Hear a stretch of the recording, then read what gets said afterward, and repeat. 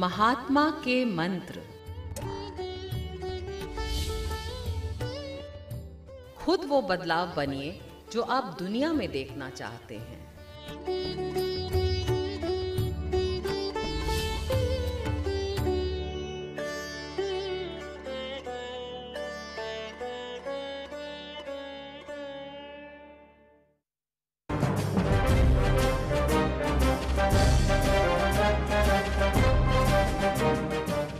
Countrymen and friends, let us therefore carry on the fight for liberty inside India and outside India with all our strength and vigor.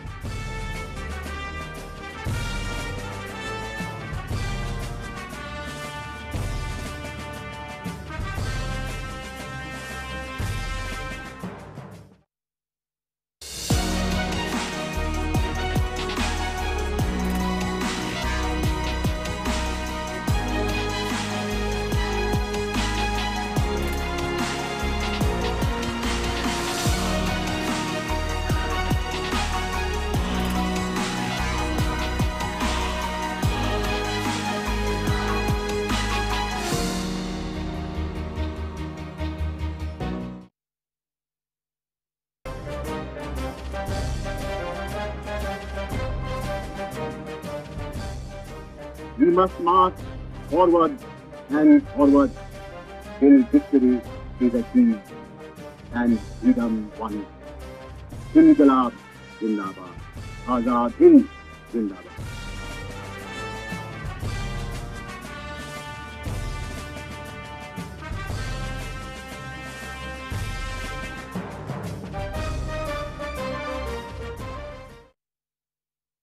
Your window to rising India. India's voice on global platforms. Latest news from India and around the world. In-depth analysis of global headlines. Watch DD India in your country. Available for downlink in all Southeast Asian countries. STTV broadcast is available through the satellite GSAT 17 at 93.5 degrees east. HDTV broadcast is available through the satellite GSAT 10 at 83 degrees east. For technical details, log on to ddnews.gov.in. Switch to DD India now.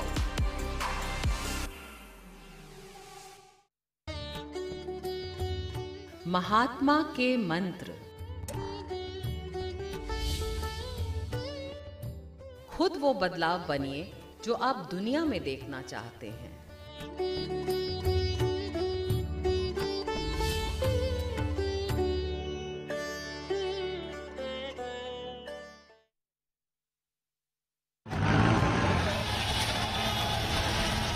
हाँ, guest के नाम बता दीजिएगा।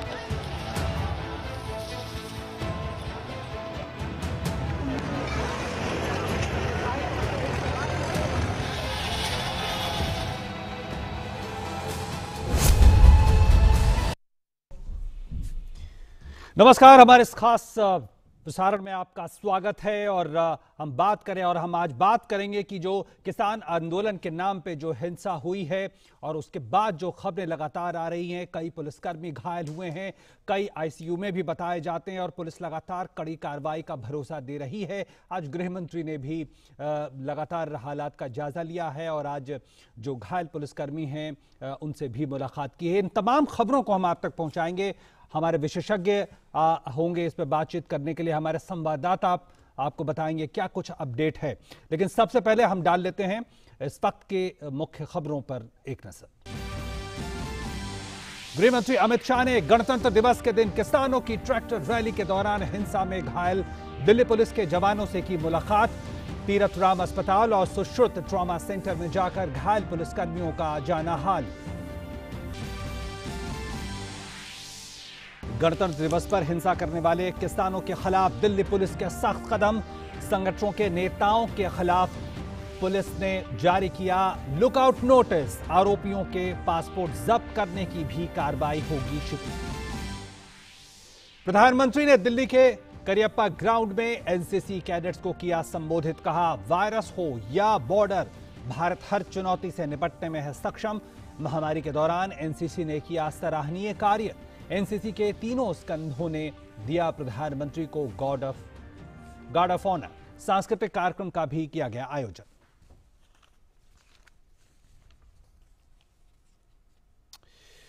तो किसान आंदोलन के नाम पर उपद्रव। जी हां, गणतंत्र दिवस पर किसान आंदोलन के नाम पर दिल्ली में जिस तरह से दिन भर घटनाक्रम चला, उससे पूरे देश ने देखा। किसान नए कृषि कानूनों के खिलाफ लगातार करीब 2 महीने से आंदोलन पर हैं। सरकार की ओर से लगातार 11 दौर की वार्ता के बावजूद किसानों को नया सुधार कानून समझ नहीं आ रहा, लेकिन वो लगातार कानून वापसी की मांग पर जरूर अड़े हैं। बल्कि किसान नेता इस बात पर अड़ गए कि वो 26 जनवरी को तिरंगे के साथ ट्रैक्टर रैली निकालेंगे, बिना किसी हिंसा के, बिल्कुल शांति मार्च की तरह।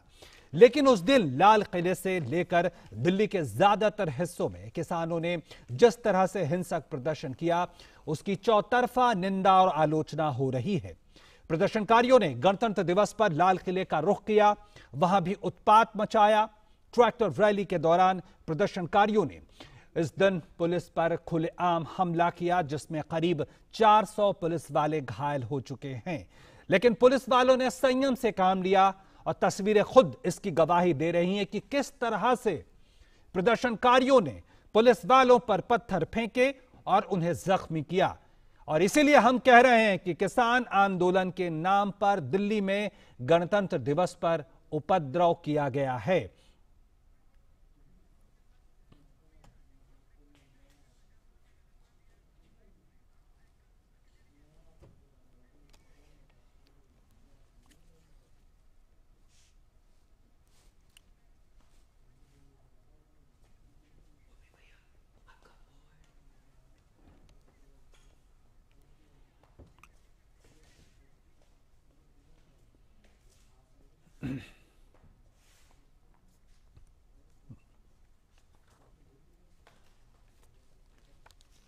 और गणतंत्र दिवस को जिस तरह से गुंडा तंत्र कुछ लोगों ने बना दिया, उसके खिलाफ देश भर में लोगों के बीच गुस्सा है। और इस गुस्से का असर है कि लगातार इस वक्त सिंघू बॉर्डर से भी जो खबरें आ रही है वो ये हैं कि जो स्थानीय लोग थे, स्थानीय ग्रामीण थे, स्थानीय किसान थे, वो सिंघू बॉर्डर पर पहुंचे हैं और वो कह रहे हैं कि तिरंगे का अपमान नहीं सहेगा हिंदुस्तान। और वो जो आंदोलनकारी 2 महीने से बैठे थे, उनको हटाने की बात कर रहे हैं। और इस वक्त आपको ये जो दृश्य दिखा रहा हूं, ये भटिंडा अमृतसर हाईवे का है। भटिंडा हाईवे, अमृतसर हाईवे पर व्यापारियों ने वहां पर लगातार जाम लगा दिया। और वो व्यापारी दरअसल जो अब तक इन किसानों के लिए तमाम आंदोलन के लिए सुविधाएं जुटा रहे थे, लेकिन वो सभी जो आड़ती हैं, जो व्यापारी हैं, उनको ही किसान आंदोलन से जुड़े लोगों ने उनके साथ 26 तारीख को बदतमीजी की, उनके साथ शराब पीकर, ऐसा व्यापारियों का कहना, आड़तियों का कहना है कि किसान आंदोलन में जो लोग आए थे उन्होंने शराब पीकर उनके साथ बदतमीजी की। और इसीलिए आज वो आड़ती जो हैं, जो अब तक किसानों का समर्थन कर रहे थे, अब वो किसान आंदोलन के आंदोलनकारियों के खिलाफ उन्होंने भटिंडा अमृतसर हाईवे को जाम कर दिया। हालांकि कुछ देर पहले पुलिस ने उनको हटाया है। ये आपको सुनाते हैं कि दरअसल वो आड़ती क्या कह रहे हैं, आइए सुनते हैं। दिल्ली किसान अंदोलन में साढ़े आड़ती भरावां ने पैसे इकट्ठे करके अंदोलन का हिस्सा बनने वास्ते कुछ व्यापारी भरावां नूं फंड दे के भेजा सी भी तुसीं उत्थे धरने विच भी शामिल हो तो उन्हां दी कुछ कैश की भी मदद करके आओ। पर उन्होंने की किया, रस्ते विच दारू पी के ਜਿਹੜੇ ਵਪਾਰੀ ਭਰਾਵਾਂ ਨੇ ਉਹਨਾਂ ਨੂੰ ਫੰਡ ਇਕੱਠਾ ਕਰਕੇ ਦਿੱਤਾ ਸੀ, ਉਹਨਾਂ ਨੂੰ ਕਿਹਾ ਵੀ ਤੁਹਾਡੀ ਜ਼ਮੀਨਾਂ ਲੁੱਟ ਲਾਵਾਂਗੇ, ਜਾਈਆਂ ਵਿੱਚ ਹੀਟਰ ਲਾ ਕੇ ਬੈਠੇ ਐ ਔਰ ਤੁਹਾਡੇ ਪੈਸੇ ਵੀ ਖੋਲਾਂਗੇ, ਤੁਹਾਡੀ ਜਾਇਦਾਦ ਤੇ ਕਬਜ਼ਾ ਕਰ ਲਾਂਗੇ ਔਰ ਤੁਹਾਨੂੰ ਪਾਕਿਸਤਾਨ ਭੇਜ ਦੇਵਾਂਗੇ। ਨਾ ਤੁਹਾਨੂੰ ਕਿਸੇ ਹਰਿਆਣੇ ਨੇ ਸੰਭਾਲਣਾ, ਨਾ ਕਿਸੇ ਰਾਜਸਥਾਨ ਨੇ ਸੰਭਾਲਣਾ। ਅਸੀਂ ਇਸ ਅਫਸੋਸ ਵਿੱਚ ਕੱਲ ਰੋਸ ਮੁਜ਼ਾਹਰਾ ਵੀ ਕੀਤਾ ਔਰ ਧਰਨਾ ਵੀ ਦਿੱਤਾ, ਪਰ ਪੁਲਿਸ ਪ੍ਰਸ਼ਾਸਨ ਨੇ ਸਾਡੇ ਨੂੰ ਕਹਿੰਦਾ ਵੀ ਤੁਸੀਂ ਬਿਆਨ ਦਰਜ ਕਰਾਓ। ਅਸੀਂ ਇਹਦੀ ਸ਼ਿਕਾਇਤ ਵੀ ਕੀਤੀ ਔਰ ਬਿਆਨ ਵੀ ਦਰਜ ਕਰਾਏ। ਪੁਲਿਸ ਪ੍ਰਸ਼ਾਸਨ ਨੇ ਸਾਨੂੰ ਵਿਸ਼ਵਾਸ ਦਿਵਾਇਆ ਸੀ ਕਿ ਅਸੀਂ ਇਹਨਾਂ ਤੇ FIR ਲੌਂਚ ਕਰਕੇ ਤੁਹਾਨੂੰ ਕਾਪੀ ਦੇ ਦੇਵਾਂਗੇ। ਜਿਵੇਂ ਗੁਲਿਆਣਾ ਮੰਡੀ ਦੇ ਸਾਡੇ ਇੱਥੇ ਦੇ ਆੜਤ ਐਸੋਸੀਏਸ਼ਨ ਦਾ ਇਹਨਾਂ ਦਾ ਮੈਟਰ ਸੀਗਾ ਵੀ ਇਹਨਾਂ ਦੇ ਵੀ ਬੰਦੇ, ਕੁਝ ਬੰਦੇ ਆੜਤੀ ਹੋਰ ਵੀ ਹੈਗੇ ਨੇ ਜਿਨ੍ਹਾਂ ਨੇ ਕੁਝ ਐਸੇ ਸ਼ਬਦ ਵੀਡੀਓ ਵਾਇਰਲ ਕੀਤੀ ਜਿਹੜੇ ਕਿ ਇਹਨਾਂ ਦੇ ਇਤਰਾਜ਼ਯੋਗ ਸੀਗੇ। ਉਹਦੇ ਤੇ ਜਿਹੜਾ ਕਿ ਇਹਨਾਂ ਦਾ ਸਾਰਿਆਂ ਦੀ ਮੰਗ ਸੀ ਕਿ ਇਹਦੇ ਤੇ ਐਫਆਈਆਰ ਲੌਂਚ ਕੀਤੀ ਜਾਵੇ, ਉਹ ਐਫਆਈਆਰ ਲੌਂਚ कर ली गई है। तो गणतंत्र को गुंडा तंत्र बनाने वालों के खिलाफ इस समय देश भर में आक्रोश है, गुस्सा है। और जो खबर जैसे मैंने आपको बताया कि सिंघू बॉर्डर से भी खबर आ रही है, दिल्ली देहात विकास मंच 40 गांव हैं, उन गांव में जो किसान रहते हैं, स्थानीय लोग रहते हैं, उनका भी प्रतिनिधि मंडल और उस गांव के तमाम लोग सिंघू बॉर्डर पहुंचे और सिंघू बॉर्डर पर कह रहे हैं कि जो आंदोलनकारी हैं वो वहां से हट जाएं, क्योंकि ये तमाम लोग कह रहे हैं कि तिरंगे का अपमान नहीं सहेगा हिंदुस्तान। और हम आपको लगातार देश भर से ऐसी खबरें भी दिखा रहे हैं, देश भर से आपके विजुअल भी आपको दिखा रहे हैं। अभी आपने जो आड़ती का विजुअल देखा, उनकी जो बाइट सुनी, दरअसल ये जो किसान, ये जो व्यापारी थे, जो आड़ती थे, कल तक यही लोग बाकायदा चंदा जमा करके आंदोलनकारियों को मदद कर रहे थे, उनकी मदद कर रहे थे, उनको तमाम चीजें मुहैया करा रहे थे। लेकिन अब ये आड़ती कह रहे हैं कि गणतंत्र दिवस पर और उससे पहले भी इन तमाम आंदोलनकारियों ने शराब पीकर उनके साथ गाली गलौज की, उनके साथ बदतमीजी की, और इसलिए अब वो कह रहे हैं कि इन आंदोलनकारियों को हम कतई समर्थन नहीं देंगे और उनको हटाने के लिए ये लोग सड़कों पर बैठ गए हैं। आपको यह भी बता दूं, इस बीच खबर यह भी आ रही है कि उत्तर प्रदेश में, जी हां, उत्तर प्रदेश में 3 जगह, उत्तर प्रदेश की सीमाओं पर जहां पर आंदोलनकारी बैठे थे, वो तीनों जगह इस वक्त खाली हो चुकी हैं। उत्तर प्रदेश की जो पुलिस है वो बता रही है कि तीनों जगह खाली हो गई है। रात को जो तमाम किसान थे वहां से अपना बोरिया बिस्तर समेट करके उत्तर प्रदेश से वापस चले गए हैं। क्यों गए वो किसान? वो किसान इसलिए गए क्योंकि वो वास्तव में किसान थे और वो गुंडा जो गर्दी चल रही थी 26 तारीख को, उससे वो आहत थे और इसलिए उन्होंने अपना आंदोलन वापस लिया, वहां से चले गए। इधर गृह मंत्री अमित शाह ने आज दिल्ली के 2 अस्पतालों का दौरा किया है और गणतंत्र दिवस पर ट्रैक्टर जो परेड हुई थी, इस परेड के दौरान हुई हिंसा में घायल पुलिस वालों का हालचाल जाना। गृह मंत्री पहले सुश्रुत ट्रॉमा सेंटर गए और वहां भर्ती घायल पुलिसकर्मियों का उन्होंने हालचाल लिया। ये दृश्य आप देख रहे हैं, करीब करीब 400 पुलिसकर्मी घायल हुए थे इस पूरी हिंसा में। यानी वो दिन जो जय जवान का दिन होता है, उस दिन आंदोलनकारियों ने देश के जवानों पर जानलेवा हमले किए और आप देख रहे हैं 400 से ज्यादा जवान हॉस्पिटल में हैं और इनका हालचाल लेने आज गृह मंत्री गए। उनके साथ दिल्ली पुलिस के कमिश्नर भी थे। सुश्रुत ट्रॉमा सेंटर के बाद गृह मंत्री अमित शाह ने तीर्थराम अस्पताल का दौरा किया और वहां भी भर्ती घायल पुलिस के जो जवान थे उनकी सेहत की जानकारी ली। इन दोनों ही अस्पतालों में उन घायल पुलिसकर्मियों का इलाज चल रहा है जो कथित किसानों की ट्रैक्टर रैली में हुई हिंसा का शिकार हुए थे। ट्रैक्टर रैली में उपद्रव के कारण दिल्ली पुलिस के करीब 400 जवान घायल हुए और इनमें से कई पुलिस वाले ऐसे भी हैं जो आईसीयू में भर्ती हैं और कई पुलिसकर्मी ऐसे भी हैं, कई इसमें महिला पुलिसकर्मी भी हैं। यानी आंदोलनकारियों ने महिला पुलिसकर्मियों को भी नहीं बख्शा।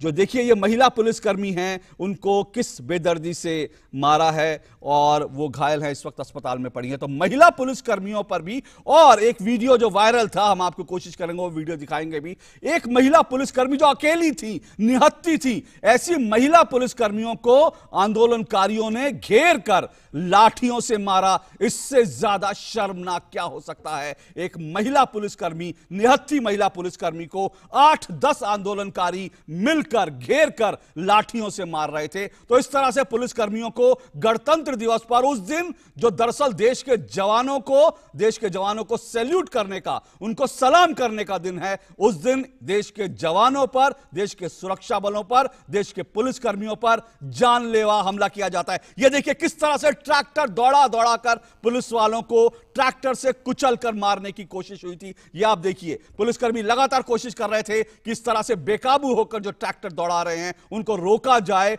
और उनको दरअसल दिल्ली के बाहर भेजा जाए। लेकिन इन ट्रैक्टर पर सवार लोगों ने पुलिसकर्मियों को ही ट्रैक्टर से रौंदने की कोशिश की, ट्रैक्टर चढ़ाकर उनको मारने की कोशिश की। तो ये तस्वीरें अपने आप में इस बात की गवाही देते हैं कि आखिर 26 जनवरी को जो दुर्भाग्यपूर्ण घटनाएं हुई आखिर वो कितनी भयावह थी। और यह सिर्फ भयावह घटनाएं नहीं थी, बल्कि जो पूरी गणतंत्र दिवस की जो पूरी भावना है, जो पूरे देश की भावना है, कहीं ना कहीं उस पर चोट लगी थी। और जो लाल किले पर हुआ वो तो उसकी बिल्कुल इंतहा कही जा सकती है। और अब जैसे कि तस्वीरों में देख रहे हैं, जो पुलिसकर्मी जिन्होंने इस देश की सुरक्षा और खासकर राजधानी की सुरक्षा का जिम्मा अपने कंधों पे उठाया हुआ था 26 जनवरी को, जो हमेशा ही हर बार बेहद संवेदनशील स्थिति होती है, उस दिन वो अपनी ड्यूटी निभा रहे थे। और उस दिन और भी उनकी चुनौती मुश्किल थी, क्योंकि जो किसान आंदोलन और जो ट्रैक्टर रैली थी उसको भी उसकी जिम्मेदारी उनको संभालनी थी।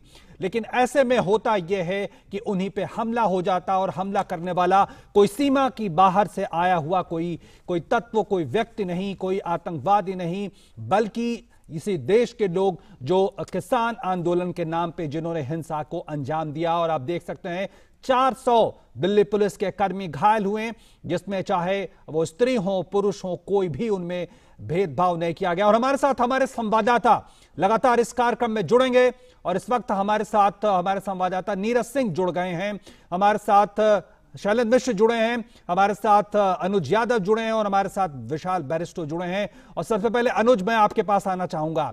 अब जिस तरह से दिल्ली पुलिस कह रही है कि हम तमाम कार्रवाइयां कर रहे हैं, एफआईआर दर्ज की गई हैं, और यह भी कहा गया है कि लुकआउट नोटिस भी जारी किया गया है कई किसान नेताओं के खिलाफ। क्या किसान नेता प्रतिक्रिया दे रहे हैं, किस तरह से वो अपनी बात करें इस वक्त?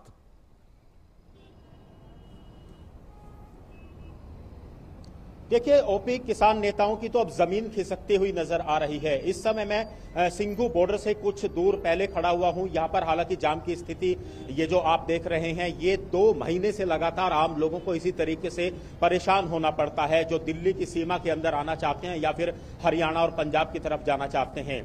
वो किसान अभी भी डटे हुए हैं। उन नेताओं का, किसान संगठनों के नेताओं का कहना है कि वो अभी भी अपने आंदोलन को जारी रखेंगे। जब मीडिया के लोगों ने उनसे कहा कि क्या आपको अफसोस है जिस तरह की हिंसा आप लोगों ने फैलाई, उसके बाद वो एक दूसरे नेताओं पर जिम्मेदारी डाल रहे हैं। कहीं ना कहीं सिंघू बॉर्डर वाले कहते हैं कि गाजीपुर बॉर्डर की तरफ से किसान आए थे, गाजीपुर बॉर्डर वाले कहते हैं कि दूसरी तरफ से आए थे। तो क्या ये अब अपनी जिम्मेदारी से बचना चाहते हैं? सबसे बड़ा सवाल यही है। पुलिस ने निश्चित तौर पर कई किसान संगठनों के नेताओं के ऊपर एफआईआर दर्ज की है। लुकआउट नोटिस वो जारी होगा, उनके पासपोर्ट को रद्द करने की कार्रवाई होगी। अनुज, मैं माफी चाहूंगा, रोक रहा हूं आपको, लेकिन ये बात किसान नेताओं ने कही कि जिन लोगों ने हिंसा की उनसे हम अपने आप को अलग करते हैं। क्या ये इतना आसान है इस तरह से? पहले तो मिलके आप आंदोलन कर रहे हैं, परेशानियां पैदा कर रहे हैं, और फिर जब आपसे चूक होती है, आपसे हिंसा होती है, तिरंगे की बदनामी होती है, तो आप कहते हैं वो हमारे हिस्से अब नहीं है। ऐसा क्या इतना आसान होगा? देखिए, बिल्कुल सबसे बड़ा सवाल यही है कि अगर वो इनके लोग नहीं थे तो आखिर वो कौन थे? ट्रैक्टरों पर वो लोग थे, किसानों के झंडे, संगठन के झंडे उन पर लगे हुए थे। इसी तरीके से देखिए, अब अपनी जिम्मेदारी से मैं ओपी वही कह रहा था, बचा नहीं जा सकता। अब जब उनके ऊपर कार्रवाई हो रही है, जब देश की जनता अब उनके खिलाफ खड़ी हो गई है, अब वो लोग ये सफाई जरूर दे रहे हैं। और एक सबसे बड़ी खबर और बता दूं, आज सुबह से लेकर और अभी तक, चाहे वो गाजीपुर बॉर्डर हो, टीकरी बॉर्डर हो या सिंघू बॉर्डर, जो किसान है, जो सही मायने में किसान है, वो अब इन किसान नेताओं का साथ छोड़कर वापस जा रहे हैं। आधी तादाद पहले से अभी तक रह गई है उनकी, और कई किसान नेताओं को हमने ये कहते हुए भी सुना कि आप लोग मत जाइए, आप लोग रुकिए। लेकिन जिस तरीके की हिंसा हुई है, जिस तरीके से तिरंगे का अपमान हुआ, देश के गौरव का अपमान हुआ, उसके बाद उनका कहना था कि हम यहाँ पर इसलिए नहीं आए थे, हम यहाँ पर देश के तिरंगे की शान और बान को यहाँ पर बदनाम करने के लिए नहीं आए थे। तो कहीं ना कहीं अब ये किसान नेता भी अकेले हुए पड़ते हुए नजर आ रहे हैं। अनुज, मैं आपके पास लौटूंगा और साथ साथ मैं शैलेंद्र और साथ साथ विशाल बैरिस्टो के पास भी जाऊंगा, लेकिन एक छोटी सी आपको जानकारी और दे दूं। भारतीय पुलिस सेवा के प्रशिक्षु अधिकारी पुखराज कमल ने गाजीपुर बॉर्डर पर ट्रैक्टर रैली के दौरान हुई हिंसा पर आंखों देखी कहानी उन्होंने बयां की। उन्होंने कहा कि हिंसा के दौरान काफी पुलिसकर्मी घायल हुए, लेकिन पुलिस ने बेहद ही संयम से बर्ताव किया और बेहद संयम से उन्होंने हम सभी पुलिस ऑफिसर्स की ड्यूटी समस्तपुर चेक पोस्ट पर लगा दी गई थी। जब सारे फार्मर्स जो हैं वो गाजीपुर बैरिकेड तोड़ के आगे निकल चुके थे, मैं अपने स्टाफ के साथ समसपुर बॉर्डर पे पहुंचा तो वहां पे कई सारे फार्मर्स जो है वो वायलेंट हो गए थे और बैरिकेड्स तोड़ रहे थे और जितने भी पुलिस वाले थे उन पे वायलेंट तरीके से हावी हो रहे थे। इनको रोकने के लिए पुलिस ने जो टीयर गैस शेल्स हैं वो काफी यूज किए। उसी यूज करने के बाद जो है ये जो जितने भी फार्मर्स थे वो और ज्यादा उपद्रव करने लग गए, और ज्यादा वायलेंट हो गए और जोर से बैरिकेड्स को ट्रैक्टर्स उन पे चढ़ाने लग गए। इसी दौरान जितने भी वहां पे छोटे मोटे पत्थर या लक्कड़ या लोहा जो भी पड़ा था वो सब उठा के वो लोग जो है पुलिस पर ही फेंकने लग गए। इसी दौरान कई सारे पुलिसकर्मियों को चोटें भी आई, जिसमें से कोई एक पत्थर जो है वो मेरे सर पे भी आके लगा, जिसकी वजह से फोरहेड पे जो है एक टीयर भी हुआ है। इसके बावजूद पुलिस ने पूरा रेस्ट्रेंट दिखाया, कोई भी जान माल का नुकसान ना हो इसका पूरा ख्याल रखा गया। तो कल ही दरअसल दिल्ली पुलिस के कमिश्नर ने कह दिया था कि हमारे पास विकल्प थे, लेकिन हम नहीं चाहते थे कि हिंसा हो और इसीलिए 400 पुलिसकर्मी जो है वो घायल हुए। लेकिन पुलिस वालों ने किसानों के खिलाफ, आंदोलनकारियों के खिलाफ ऐसी कोई कार्रवाई नहीं की जो दरअसल शायद जो किसान आंदोलन में शामिल लोग थे वो चाहते थे। क्योंकि आपको मालूम है राकेश टिकैत जो किसान नेता खुद को कहते हैं, उनका बयान जो है कल का बयान है, उन्होंने कहा कि पुलिस ने गोली क्यों नहीं चलाई। तो दरअसल कहीं ना कहीं आंदोलनकारी ये चाहते थे कि पुलिस गोली चलाए और कुछ लोग मारे जाएं और उसके बाद जो आंदोलनकारी हैं वो उन लाशों पर राजनीति करें। लेकिन पुलिस ने जो है लगातार मार खाई और पुलिस ने संयम का परिचय दिखाया। लेकिन मैं अनुज आपके पास एक बड़ा सवाल लेके, जो अभी जानकारी जो मुझे मिल रही है मैं चाहता हूं, क्योंकि आप सिंघू बॉर्डर पर हैं, आप इसकी पुष्टि भी करें, उस पर अपडेट भी दें। मेरे पास जो खबर है ये कि दिल्ली देहात विकास मंच जो 40 वहां के जो गांव हैं उन 40 गांवों का संगठन है,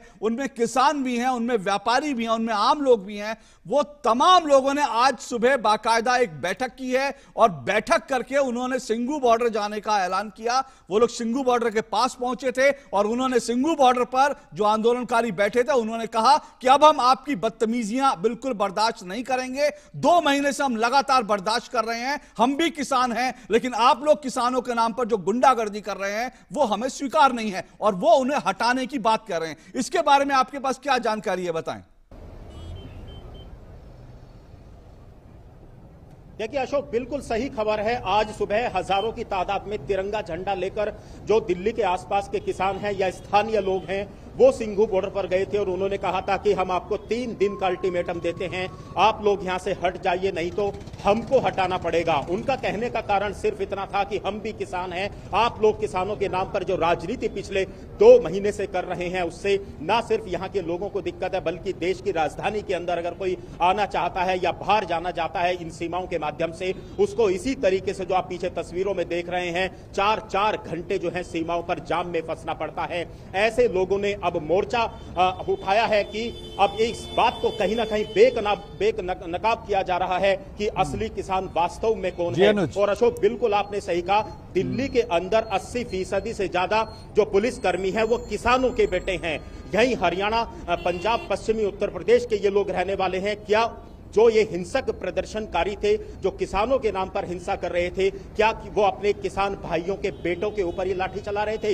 ये सबसे बड़ा सवाल है। निश्चित तौर पर आज भले ही अपनी जिम्मेदारी से ये किसान नेता जो राजनीति कर रहे थे पिछले कई दिनों से, अब भले ही अपनी जिम्मेदारी से भाग रहे हो, लेकिन अब सरकार से पहले देश की जनता को जवाब देना पड़ेगा, क्योंकि देश की जनता भी एक तरीके से खड़ी हो गई है सच को सच साबित करने के लिए। और अच्छी बात यह है कि जितने भी अच्छे किसान थे इस आंदोलन के अंदर जो हिंसा को भड़काना नहीं चाहते थे, जो हिंसा का साथ नहीं देना चाहते थे, वो लगातार अभी भी इन बॉर्डर से वापस अपने घरों को जा रहे हैं, अपने गांवों को जा रहे हैं। ठीक है, शैलेंद्र हमारे साथ मौजूद हैं। शैलेंद्र, सबसे पहले यही कि क्या जानकारी आपके पास, अभी खबरें ये आ रही हैं कि दिल्ली पुलिस अपनी बैठक कर रही है, कमिश्नर उन्होंने आज बैठक शुरू की है इस वक्त। क्या इस वक्त दिल्ली पुलिस की प्राथमिकता होगी या क्या इस वक्त खबरें आप तक पहुंच रही हैं? देखिए, निश्चित तौर पर दिल्ली पुलिस की जहां तक प्राथमिकता का सवाल है, तो हम जानते हैं कि जो FIR दर्ज हुई है उसमें जिन लोगों का नाम है उनके खिलाफ कार्रवाई की जाए, उन्हें ढूंढा जाए, इस पर एक प्राथमिकता होगी दिल्ली पुलिस की। और आगे इस तरह की कोई घटना ना हो या फिर कोई भी ऐसी हिंसक घटना ना हो, ये सुनिश्चित करना दिल्ली पुलिस का काम होगा और उसके लिए दिल्ली पुलिस अपनी तैयारी कर रही होगी। और हम जानते हैं निश्चित तौर पर इस दुखद घटना के बाद जिस तरह से देखें देश भर में इन किसान नेताओं की या इन कथित किसान नेताओं और उसके पीछे खड़े संगठनों की आलोचना हो रही है, उसके बाद हमने देखा उत्तर प्रदेश की सीमा से सटे जो जिन बॉर्डर पर, चाहे चिल्ला बॉर्डर हो या गाजीपुर बॉर्डर हो, उस पर आप देखें तो वहाँ से किसान संगठन लौट गए हैं और किसान जो वहाँ पर बैठे थे धरने पे वो लौट गए हैं। और दो जो प्रमुख किसान संगठन है उन्होंने कल ही ऐलान कर दिया कि वो अब इस आंदोलन से अपने आप को अलग करते हैं। जो भानु गुट है भारतीय किसान यूनियन का और जो दूसरा BM सिंह का जो गुट है, उन्होंने भी अपने आप को अलग कर दिया। और आप एक तरह से देखें तो बहुत गंभीर सवाल इसलिए उठ रहे हैं क्योंकि लगातार सत्ता पक्ष की तरफ से और बीजेपी की तरफ से इस बात को कहा जाता रहा था कि जब किसानों की जो मांगे हैं, जो आपत्तियां हैं किसी कानून को लेकर, उस पर सभी पर सरकार उनके सुझाव पर विचार करने को तैयार है। और यह कहा गया कि 1.5 साल के लिए इसे फिलहाल इसको लागू नहीं किया जाएगा और जो भी उनके सुझाव उस पर सबका समिति बनाकर विचार होगा और जो भी एक तरह से आगे बढ़ने की कोशिश की गई जिससे किसान हित में जो कदम उठाया गया है उसे और बेहतर तरीके से जमीनी स्तर पर लागू किया जा सके। लेकिन बावजूद इसके जिस तरह का अड़ियल रवैया किसान नेताओं ने, इन संगठनों ने अपनाया, तो उसके बाद सवाल पहले ही उठ रहे थे। और कल जो प्रेस कॉन्फ्रेंस हुई सूचना प्रसारण मंत्री प्रकाश जावड़ेकर की, उन्होंने तो सीधे तौर पर कहा भी कि दरअसल इस तरह का आंदोलन हो या CA का जो आंदोलन हुआ था, इसको भड़काने का काम, उकसाने का काम कांग्रेस के नेता राहुल गांधी और कांग्रेस पार्टी ने किया है। और दरअसल उनकी राजनीतिक जमीन खो गई थी, लिहाजा वो इस आंदोलन के पीछे देखे तो उकसाने और भड़काने का काम कर रहे थे। और जो ट्वीट जारी हो रहे थे कांग्रेस के फ्रंटल संगठनों के, उनके यूथ मोर्चा के, वो ट्वीट ये अपने आप में साबित करते हैं कि किस तरह से इस आंदोलन को शैलेंद्र जब आप ट्वीट की बात करें तो मैं आपको बता दूं कि जिस वक्त लाल किले पर तमाम लोग पहुंचे थे अराजक असामाजिक तत्व, उस वक्त उत्तराखंड जो कांग्रेस का ट्विटर हैंडल है, वेरीफाइड ट्विटर हैंडल है, उससे ट्वीट किया गया था और यह लिखा गया था लाल किला फतह।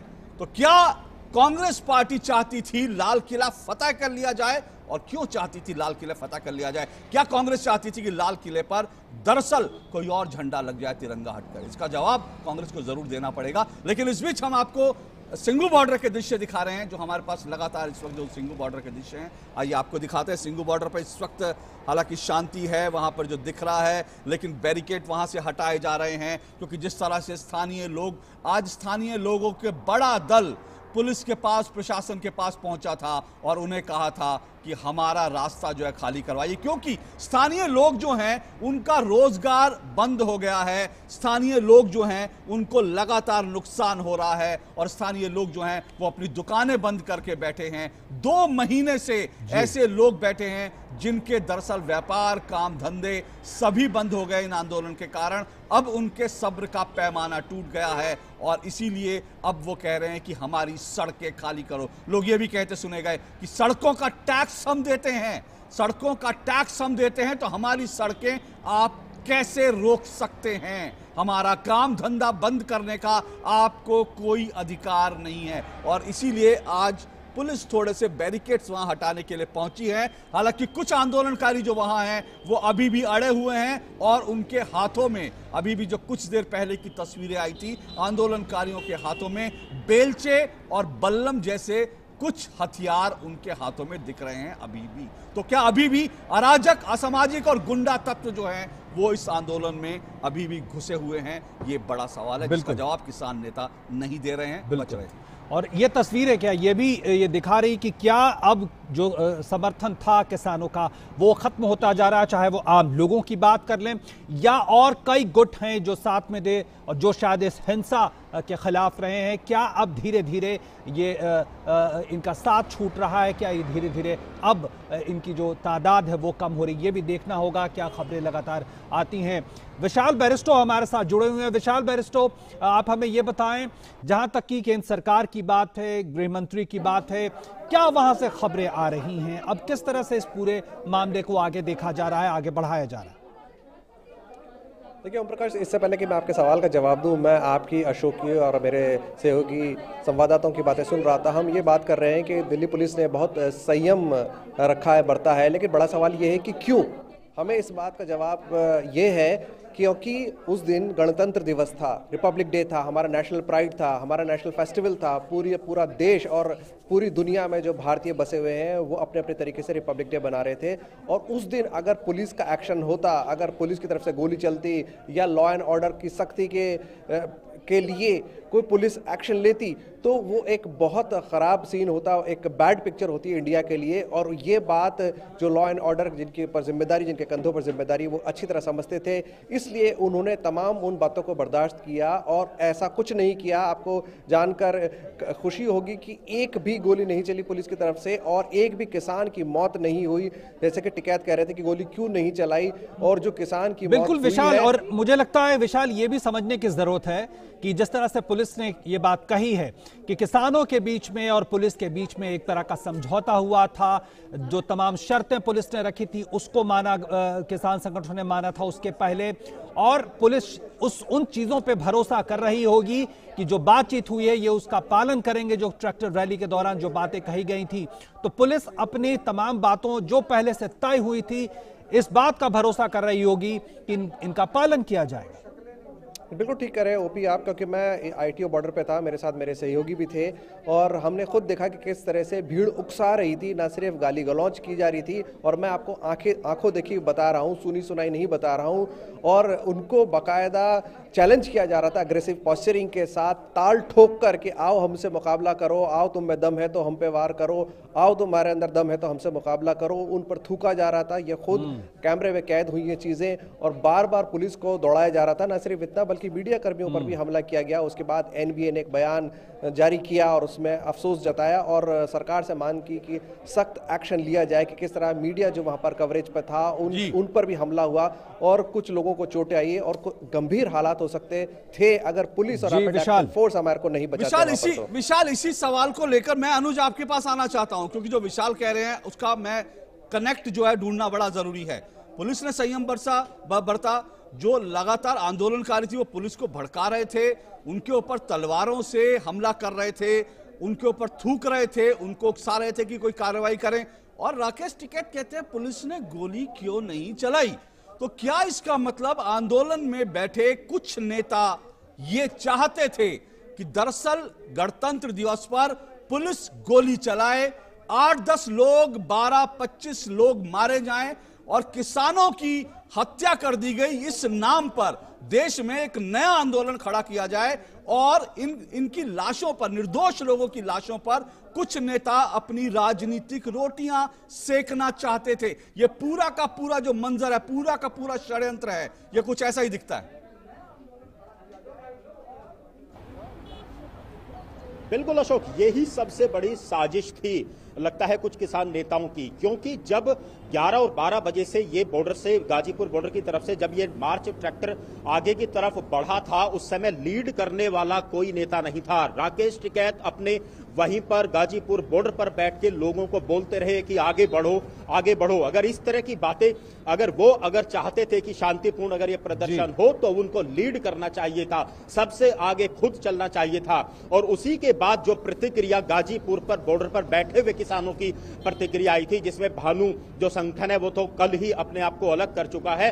उन्होंने कहा था हम यहाँ देश की बदनामी, किसान की बदनामी, हम यहाँ मरने और मारने के लिए नहीं आए थे, हम यहाँ अपना एक अधिकार सरकार से मांगने जरूर आए थे। ऐसे लोग जो हैं वहां से वापस जा चुके हैं और इन नेताओं के ऊपर अब इसी वजह से आरोप लगा रहे हैं कि कहीं ना कहीं किसान के नाम पे ये राजनीति करना चाहते थे। अगर हिंसा भड़कती और पुलिस की तरफ से अगर बड़ी कार्रवाई होती तो शायद उसी पर ये राजनीतिक रोटियां सेकते और अपना भविष्य, राजनीति में भविष्य शायद ये लोग तलाशने की कोशिश कर रहे थे। और उसी का सबसे बड़ा कारण है उन्हीं लोगों के साथ जो 60 दिन से 2 महीने से बैठे हुए थे, अब वो लोग उनका साथ छोड़ रहे हैं, क्योंकि अब एक आम किसान, एक आम आदमी के मन में ये बात आ चुकी है कि ये पिछले 60 दिनों से एक बड़ी साजिश राजनीति करने की चल रही थी, क्योंकि बातचीत के जरिए इस समस्या का समाधान निकालने के लिए 12 दौर की बैठक 5-5 घंटे हुई थी, लेकिन ये समाधान नहीं निकालना चाहते। जिद पर अड़कर किसी भी तरीके से किसी समस्या का समाधान नहीं निकलेगा।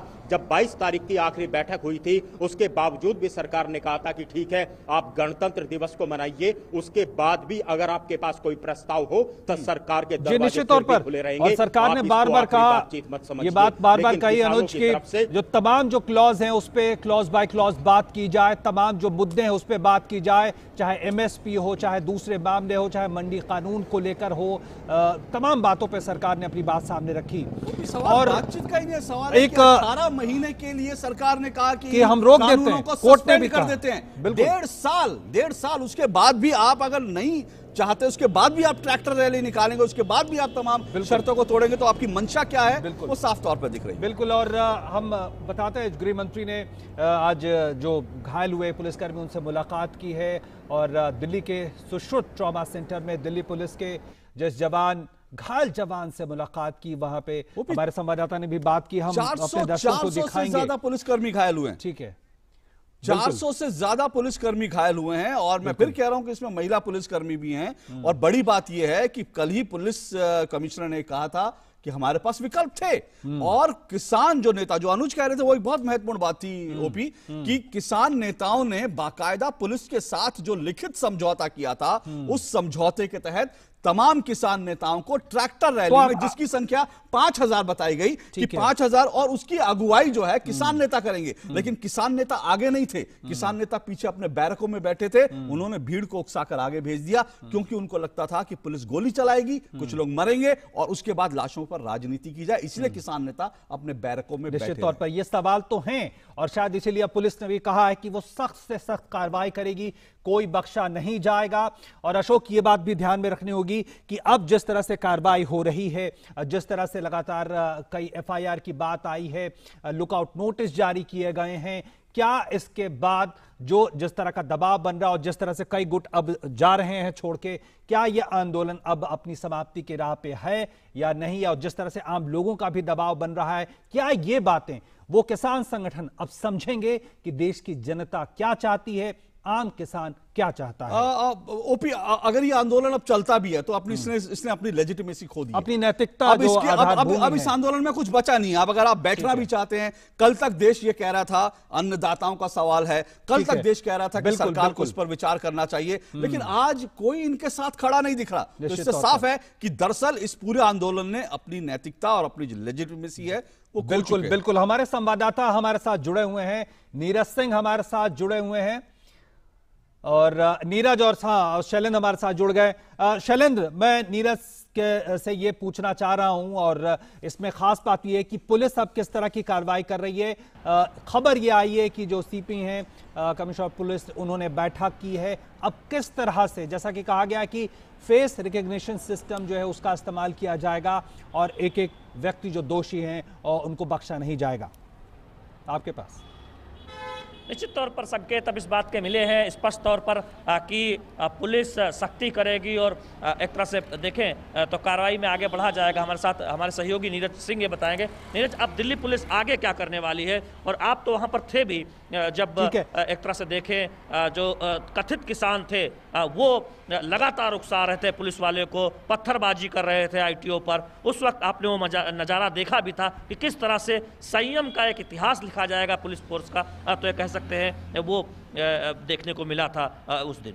देखिए, बिल्कुल 26 जनवरी को जिस तरीके से एक मॉब के रूप में, हम किसान नहीं कहेंगे, एक मॉब के रूप में इन्होंने एंट्री करी थी दिल्ली के अंदर, जो तय रूट था उस रूट को बिल्कुल इन्होंने नहीं उसका पालन किया। शैलेंद्र, मैं आपको रोकता हूँ, शैलेंद्र एक मिनट आपको रोक रहा हूँ। एडिशनल एसएचओ इस वक्त दिल्ली पुलिस की पुष्पलता जी, वो हमारे साथ लाइव जुड़ी हुई हैं। मैं एक मिनट आपको रोक रहा हूँ। पुष्पलता जी, आप भी ड्यूटी पर थी उस वक्त और आपने भी सब कुछ अपनी आंखों से देखा था। आप क्या बताना चाहेंगे, उस दिन क्या कुछ हुआ था? और जो पुलिस कमिश्नर साहब कह रहे हैं कि जो एक लंबा समझौता हुआ था, उस समझौते के एक भी नियम का पालन नहीं किया गया। कैसे आपने इस पूरे घटनाक्रम को देखा था? देखिए, जब हम सुबह अपनी ड्यूटी पर पहुंचे थे और हमारे ऑफिसर ने हमें गाइड किया था कि आपने पूरे संयम से काम लेना है, और इनकी रैली जो है दोपहर में तय होनी हुई थी, तो हम उसी तरह से तैयार थे। लेकिन ये अपने तय समय के अनुसार पहले ही तैयार हो गए, और जो रूट डिसाइड हुआ था पुलिस और किसान के बीच में, जो रूट तय हुआ था, उस रूट पे ये थोड़े से गए थे लोग, लेकिन उसके बाद ये वहां से वापस हो गए और उन्होंने कहा कि दिल्ली पुलिस ने हमारे साथ धोखा किया है, जो हमें गाजियाबाद में भेज रहे हैं, जबकि ऐसा नहीं था। रूट पहले से ही तय था, 46 किलोमीटर का रूट इनका तय हुआ था, जो टेल्को, आनंद विहार होता हुआ वैशाली और अफसरा बॉर्डर पे आके वापस अपने पॉइंट पे आना था। जो इन्होंने अपने रूल का पालन नहीं किया, जो रूट दिया हुआ था उसका पालन नहीं किया इन्होंने, और अपने बहुत ज्यादा लोग संख्या में आकर पुलिस पर प्रेशर बना रहे थे और बैरिकेड को तोड़ने की पूरी कोशिश कर रहे थे। और हम उनको बार बार चेतावनी दे रहे थे और उनको समझा रहे थे कि आप ऐसा मत कीजिएगा, जो आपने वादा किया है, जो आपको रूट दिया गया है, उस रूट के अकॉर्डिंग चलिए। जी पुष्पलता जी, क्या आप ये देख पा रही थी कि किसान नेता जो थी उनकी क्या भूमिका थी?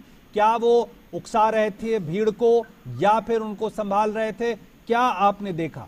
नहीं, भीड़ को तो वो संभाल नहीं रहे थे, उग्र रूप धारण कर रहे थे कि हम तो दिल्ली की तरफ जाएंगे, हमें कोई नहीं रोक सकता, हम गाजियाबाद में क्यों जाएंगे, हमारा मकसद दिल्ली जाने का है, जो आप हमें रोक नहीं सकते हैं। वो उनमें अग्रेसिव की भावना थी और लोग जो है इसी बात पर अड़ रहे थे कि हमें दिल्ली जाना है, किसी तरह से दिल्ली जाना है। जो हमने उनको रोकने का धैर्य से और अपने संयम को रखते हुए हमने उनको जाने नहीं दिया। काफी हद तक हमने उनको रोका, क्योंकि उस समय परेड का भी समय था और हम नहीं चाहते थे कि ये नई दिल्ली में जाएं और वहां जाके कुछ गलत करें।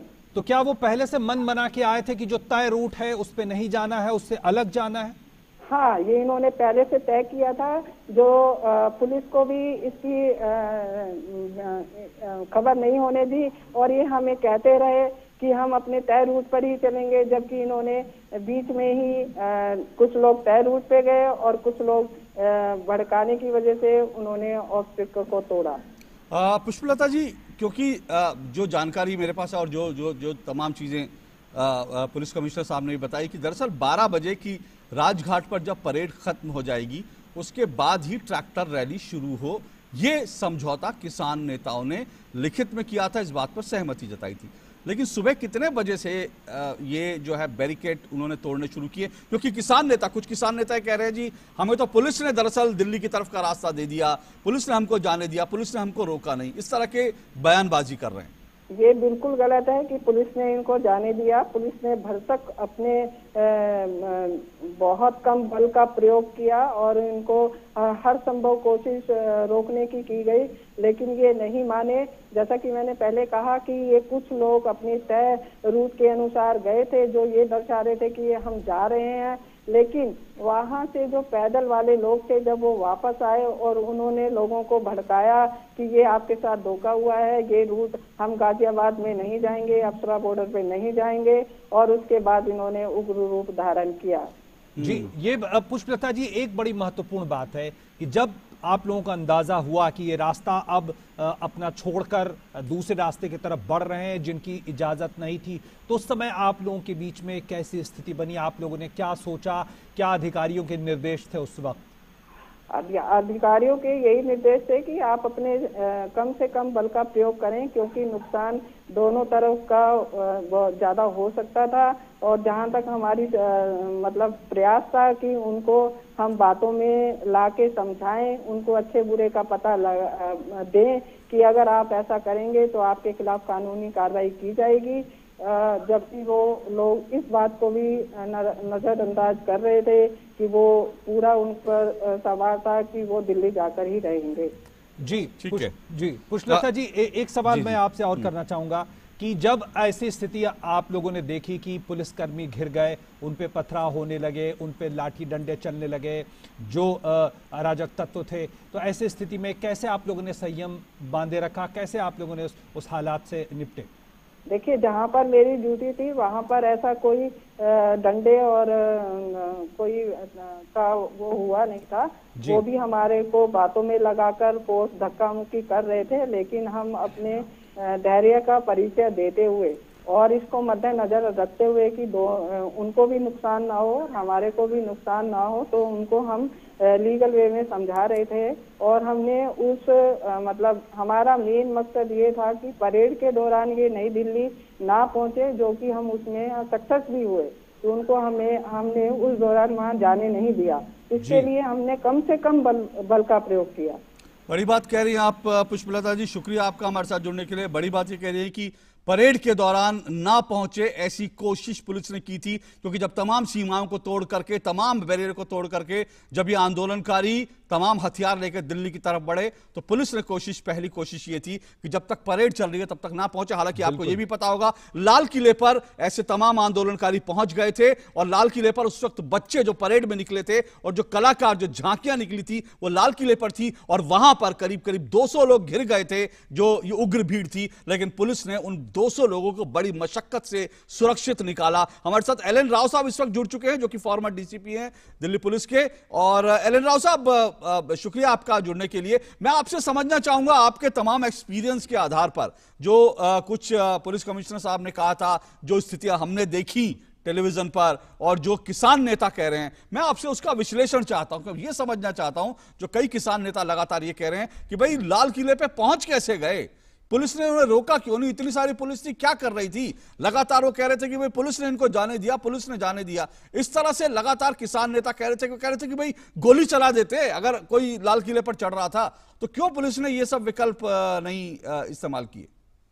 देखिए, किसान नेताओं की जो बातें हैं ये बिल्कुल भी अब अविश्वसनीय हो गई हैं, क्योंकि सबसे पहले इनको अगर आप इसका बैकग्राउंड देखें तो 22, 23, 24 3 दिन तक लगातार ये इस कमिश्नर साहब और दूसरे सीनियर अफसर से मिलते रहे और उन्होंने एक कोई एग्रीमेंट किया था कि हम ये करेंगे।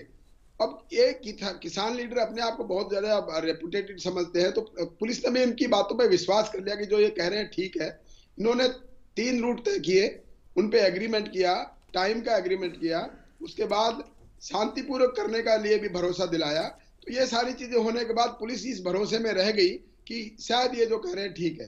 अब ये इनका ये कहना कि लाल किला कैसे पहुंच गए, लाल किला तो इसलिए पहुंच गए कि इन्होंने पुलिस को धोखा दिया कि हम इसी रूट पे रहेंगे, लेकिन बैरिकेड तोड़कर दूसरा रूट ले लिया इन्होंने जानबूझ करके। और ये तो चाहते थे कि पुलिस गोली चलाए।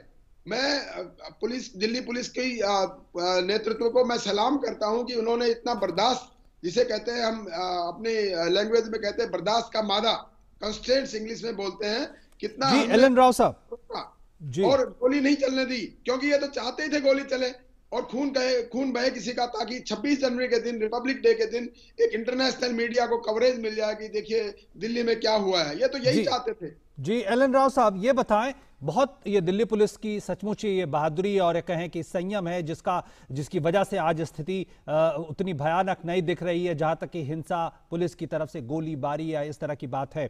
लेकिन मुझे आप ये बताएं, निश्चित तौर पे जो प्रशिक्षण होता है उसमें भीड़ के मनोविज्ञान पे भी बड़ी बातचीत होती है कि भीड़ और खासकर ऐसी भीड़ जिसमें कई सारे नेता हैं, कई सारे अलग अलग जगहों से लोग आए हुए हैं, जिनका कोई एक नेता नहीं है। तो क्या दिल्ली पुलिस को इस बात का अंदाजा नहीं रहा होगा कि जो इतने अलग अलग गुट हैं, अलग अलग मनमर्जी कर सकते हैं, मनमानी कर सकते हैं?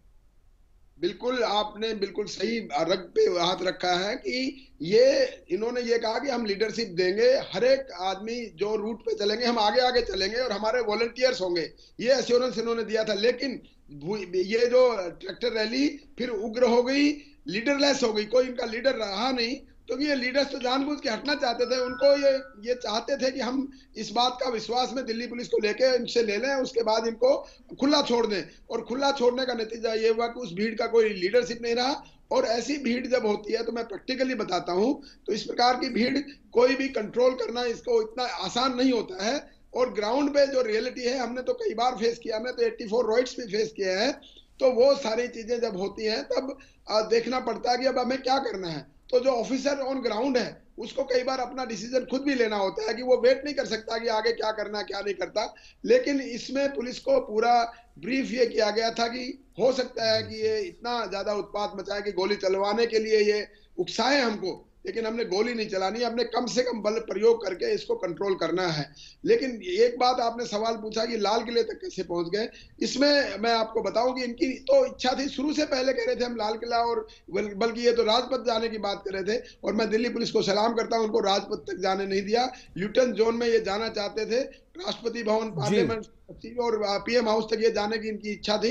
लेकिन ये मैं आपको एक बात बता दूं कि ये क्यों ऐसा करना चाहते थे, इसके पीछे क्या हो सकता है, क्या कि 26 जनवरी को करने का क्या मकसद था, इसमें बड़ा स्पष्ट है कि ये आंदोलन अब अपनी वास्तविकता पे आ गया है कि इनका अभी जब जो लोग कह रहे थे इंटेलिजेंस इनपुट थी कि ये आंदोलन हाईजैक किया हुआ है। राव साहब एक बड़ी महत्वपूर्ण बात यहाँ पे बार बार अब आ रही है, वो ये कि इतनी बड़ी तैयारी और तमाम तरह की चीजें हुई, इसके लिए निश्चित तौर पर पहले से फंडिंग भी होगी, तमाम संसाधन जुटाए गए होंगे, प्लानिंग की गई होगी। तो जो एक फंडिंग का इशू है बाहर से और तमाम तरह के संसाधनों को पहुंचाने का मुद्दा है, ये कितना बड़ा मुद्दा आपको नजर आता है जिसके बिना शायद ये संभव नहीं था? ये फंडिंग का बहुत आपने जरूरी सवाल पूछ लिया है। ये आप बताइए कि 2 महीने से इतने लोग फ्री इनको बांट रहे हैं, खाना पीना सब कुछ फ्री है, टेंटों में सामान फ्री दे रहे हैं। और एक मैं अंदाजा बता देता हूं आपको, कल की ट्रैक्टर रैली का डीजल का खर्चा अगर आप निकाला जाए तो अकॉर्डिंग टू देम अगर 5 लाख ट्रैक्टर ये बता रहे हैं तो 40 करोड़ रुपए का डीजल का खर्चा बैठता है। 40 करोड़ रुपए डीजल का 26 जनवरी को, जो कुछ आप कह रहे हैं मैं आपको कैलकुलेट करके बताता हूँ जी। 100 किलोमीटर का इन्होंने रास्ता बताया, 100 किलोमीटर में 8 लीटर डीजल 10 लीटर डीजल एक ट्रैक्टर लेता है, और वो 10 लीटर डीजल 80 रुपए का, कम से कम 75 या 80 रुपए का हो गया। अब ये कह रहे हैं कि हमें 5 लाख ट्रैक्टर, 5 लाख को आप 800 से गुना कर लीजिए, 40 करोड़ हो गया। देश के आम किसान, गरीब किसान जिसकी बात ये आंदोलन के नेता कर रहे थे, वो क्या 40 करोड़ रुपए एक दिन डीजल पर खर्च कर सकते हैं? ये बड़ा सवाल आपने उठाया। लेकिन राव साहब, आप जो कैलकुलेशन कर रहे हैं वो तो आपने एक दिन का कैलकुलेशन किया, वो भी डीजल का। उसके पहले ट्रैक्टर रैली का एक बाकायदा उसका पूर्वाभ्यास हुआ था, और वहां से आए थे ट्रैक्टर दूर से, और बाकी सब इंतजाम भी किए गए थे। तो क्या लगता है बड़ी फंडिंग इसके पीछे है? मैं बिल्कुल फंडिंग है, और कौन फंडिंग कर रहा है ये हमारी सरकार का कर्तव्य है कि इसको ढूंढे फंडिंग करने वालों को, क्योंकि फंडिंग हो रही है तो या तो कैश में हो रही है या ट्रांसफर करके हो रही है।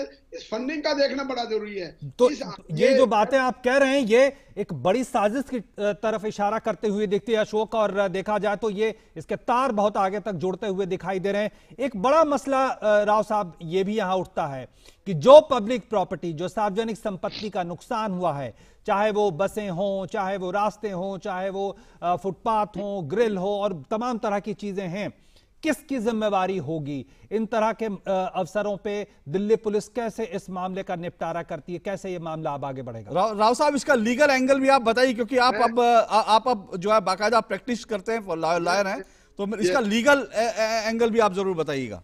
देखिए, डैमेज टू प्रॉपर्टी एक्ट में अमेंडमेंट की बातें हो रही थी, वो कितना अभी तक आगे बढ़ा या नहीं बढ़ा, उसमें ये प्रावधान किया गया था जो भी इस प्रकार के जो रैली या प्रदर्शन या धरना करते हैं और उसके दौरान कोई प्रॉपर्टी डैमेज होती है, तो उस प्रॉपर्टी का नुकसान उनके लीडर्स से उनसे वसूल किया जाए।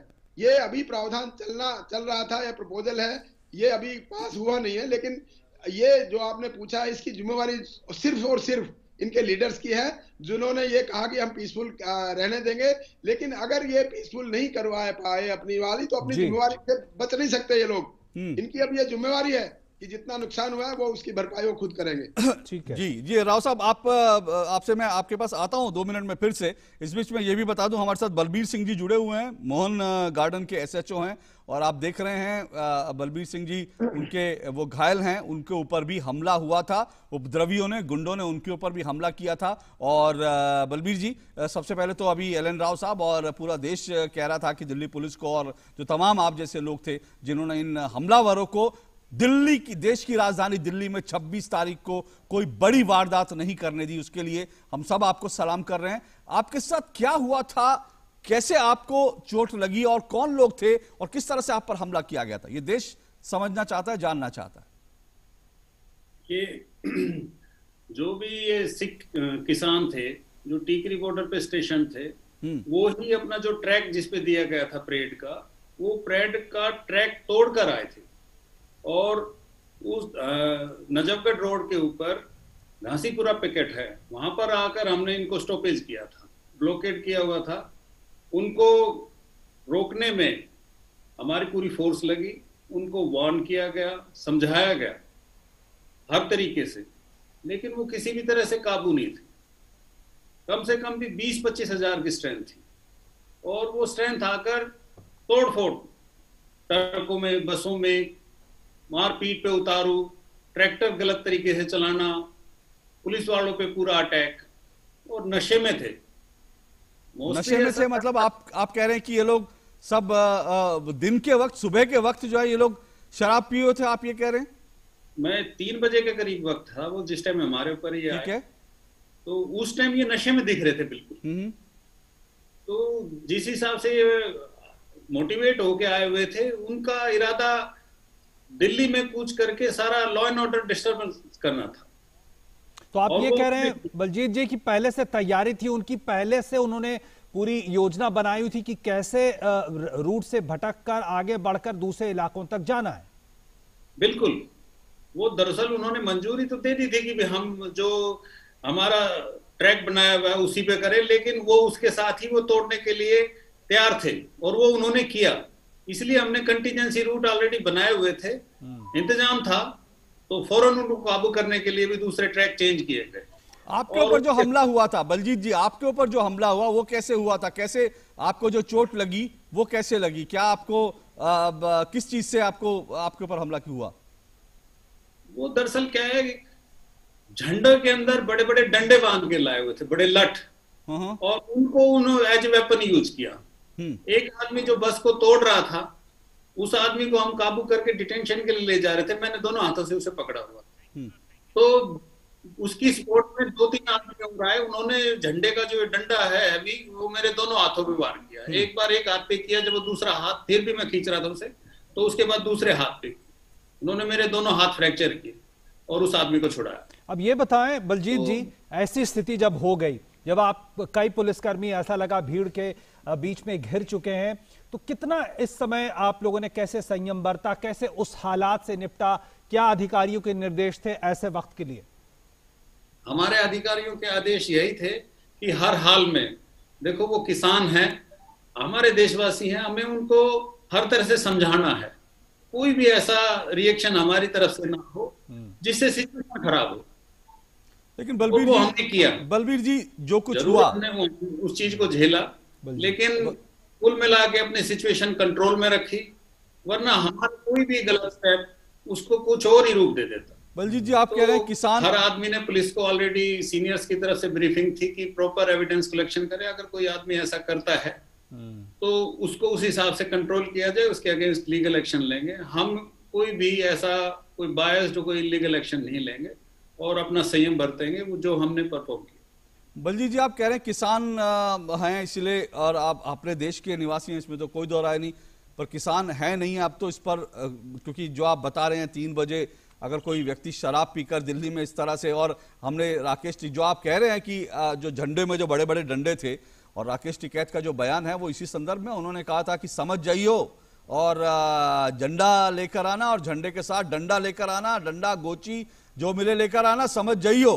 तो वो इशारा था शायद जो आप कह रहे हैं, और वो, लेकिन किसान तो इस तरह के दिन में 3 बजे शराब पीने वाले, सुबह 9 बजे 10 बजे शराब पीना और इस तरह से हुड़दंग करने वाले तो शायद किसान नहीं हो सकते। हमको ये भी समझना पड़ेगा, एक वीडियो और भी आई थी आपकी जानकारी में होगा, जिसमें जो ट्रॉली थी, जो ट्रैक्टर ट्रॉली थी, उसमें बाकायदा शराब की बोतलें भरी हुई रखी थी, शराब की बोतलें, नमकीन। तो ये किसान तो शायद नहीं हो सकते। पर पुष्पलता जी, आप भी हमारे साथ, पुष्पलता जी जुड़ी हुई हैं। पुष्पलता जी, आपके मन में भी उस वक्त कोई ये ख्याल आया था, क्योंकि एक वीडियो और वायरल हो रहा है कि एक अकेली महिला पुलिसकर्मी को घेर कर 6-7 जो लड़के हैं, आंदोलनकारी हैं, वो लाठियों से मार रहे हैं। उस वक्त आपके मन में भी ख्याल आया था कि भाई ये देश का किसान तो नहीं हो सकता? आप जवान हैं, वो किसान है, आप उनको रोक रहे थे, लेकिन जब आप रोक रहे थे और जिस तरह से वो हमला कर रहे थे तो आपके मन में ये सवाल तो उठा ही होगा कि ये किसान तो नहीं हो सकते देश के? हाँ, देखिए, ये मन में विचार तो जरूर आया था कि ये किसान नहीं हो सकते हैं, इसीलिए ये उपद्रव जैसा व्यवहार कर रहे हैं। और पुलिस ने उनको मतलब वो एक्शन पे रिएक्शन होता है ना, तो हमने रिएक्शन नहीं दिया, हमने फिर भी धैर्य बनाकर उनको हर बात, हर पहलू को बहुत अच्छी तरह से समझाया। और जिस ट्रैक्टर पर मैं और मेरी लेडी ऑफिसर थी, वो ट्रैक्टर को हमने बहुत देर तक काबू किया। हमने अपने पॉइंट से उसको आगे बढ़ने नहीं दिया, हम उनसे डरे नहीं। जी बिल्कुल, और शायद यही वजह है दिल्ली पुलिस ने जिस तरह का जज्बा दिखाया है, जिस तरह की बहादुरी दिखाई है, जिस तरह का संयम दिखाया है, उसकी वजह से स्थिति हालात बहुत ज़्यादा बिगड़ने से बच गए। बठिंडा से खबर है हमारे पास। बठिंडा अमृतसर हाईवे पर जाम लगा हुआ है। क्या है इन व्यापारियों की प्रतिक्रिया जिन्होंने वहां पे रास्ता जाम किया है, जो अपनी कुछ बात कह रहे हैं? आइए सीधे आपको सुनाते हैं। ਦਿੱਲੀ ਕਿਸਾਨ ਅੰਦੋਲਨ ਵਿੱਚ ਸਾਡੇ ਆੜਤੀ ਭਰਾਵਾਂ ਨੇ ਪੈਸੇ ਇਕੱਠੇ ਕਰਕੇ ਉਹ ਅੰਦੋਲਨ ਦਾ ਹਿੱਸਾ ਬਣਨ ਵਾਸਤੇ ਕੁਝ ਵਪਾਰੀ ਭਰਾਵਾਂ ਨੂੰ ਫੰਡ ਦੇ ਕੇ ਭੇਜਿਆ ਸੀ ਵੀ ਤੁਸੀਂ ਉੱਥੇ ਧਰਨੇ ਵਿੱਚ ਵੀ ਸ਼ਾਮਲ ਹੋ ਤੇ ਉਹਨਾਂ ਦੀ ਕੁਝ ਕੈਸ਼ ਦੀ ਵੀ ਮਦਦ ਕਰਕੇ ਆਓ। ਪਰ ਉਹਨਾਂ ਨੇ ਕੀ ਕੀਤਾ, ਰਸਤੇ ਵਿੱਚ दारू ਪੀ ਕੇ ਜਿਹੜੇ ਵਪਾਰੀ ਭਰਾਵਾਂ ਨੇ ਉਹਨਾਂ ਨੂੰ ਫੰਡ ਇਕੱਠਾ ਕਰਕੇ ਦਿੱਤਾ ਸੀ, ਉਹਨਾਂ ਨੂੰ ਕਿਹਾ ਵੀ ਤੁਹਾਡੀ ਜ਼ਮੀਨਾਂ ਲੁੱਟ ਲਾਵਾਂਗੇ, ਗਾਈਆਂ ਵਿੱਚ ਹੀਟਰ ਲਾ ਕੇ ਬੈਠੇ ਐ और थोड़े पैसे भी खोलांगे। जी, तो हम आपको सीधे लिए चलेंगे राष्ट्रीय मीडिया वहां पे जहां पे प्रेस कॉन्फ्रेंस इस वक्त चल रही है। और एक्टिव केसेस लगातार घट रहे हैं। इस समय 1,75,000 एक्टिव केसेस हैं कोविड-19 के देश में। ये स्थिति 7 महीने के बाद आई है और ये केसेस एक डिक्लाइनिंग ट्रेंड दिखा रहे हैं, स्टेडी एंड कॉन्टिन्यूअस डिक्लाइन। अगर प्रतिदिन होने वाली कोविड की मृत्यु की ओर दृष्टि दौड़ाएं तो ये 125 से कम हो गई हैं प्रतिदिन, और ये स्थिति 8 महीने के बाद आई है। और अगर क्यूमुलेटिव पॉजिटिविटी रेट, देश में जो पॉजिटिविटी रेट है अभी तक का, उसे देखें तो वो 5.5% है और ये भी लगातार घट रहा है। प्रतिदिन का जो पॉजिटिविटी रेट है वो इससे भी कहीं कम है, उस पर हम आगे आपको बताएंगे। ये कुल केसेस हैं 1,07,00,000 और केस प्रति मिलियन अगर देखें तो 7,700 केस प्रति मिलियन हैं।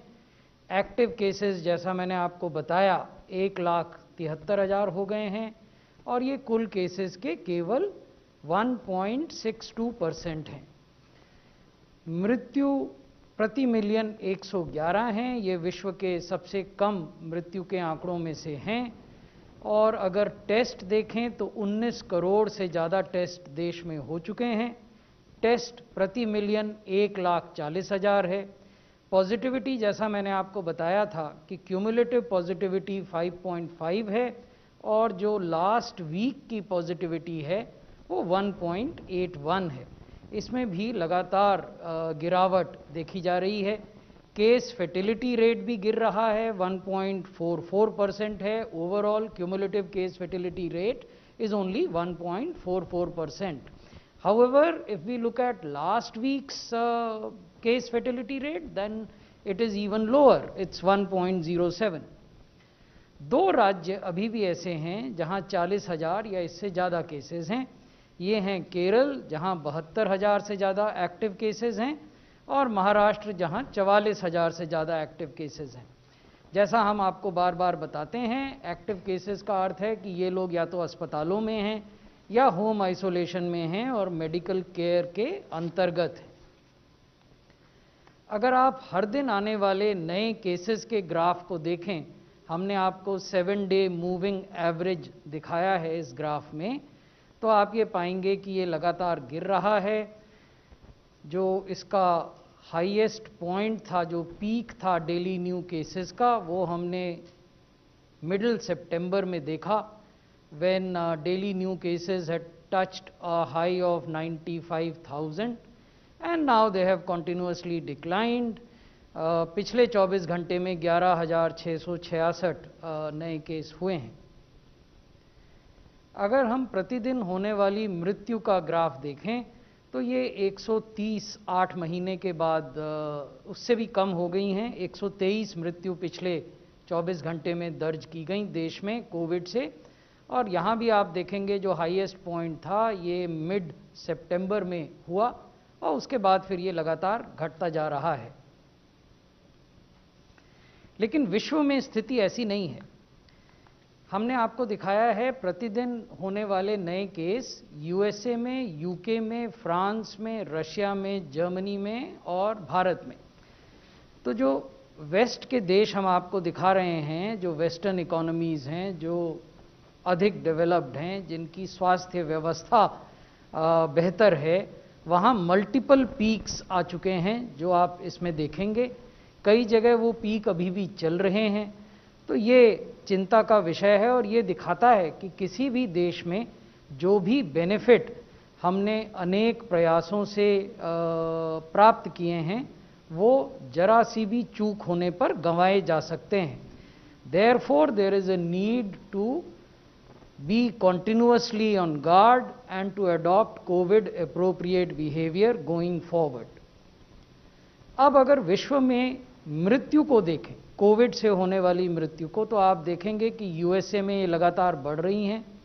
3,355 तक एक दिन में मृत्यु यूएस ने रिपोर्ट की हैं। यूनाइटेड किंगडम को देखें तो वहाँ भी बढ़ रही हैं। 1241 मृत्यु 24 घंटे में यूके ने रिपोर्ट की हैं। जर्मनी को देखें तो लगभग 894 डेथ्स इन 24 आवर्स। फ्रांस का जब पहला पीक था तो उन्होंने 975 डेथ्स रिपोर्ट की। रशिया में 553 और हमारे देश में 123, जैसा मैंने अभी आपके समक्ष रखा। अभी भी 2 राज्य ऐसे हैं जहां की देश के कुल एक्टिव केसेस का 67% है। 67% of the total active cases of Covid in the country is in Kerala and Maharashtra. Then we have UP, Karnataka, West Bengal and the rest of the country. अब वैक्सीनेशन की बात करते हैं।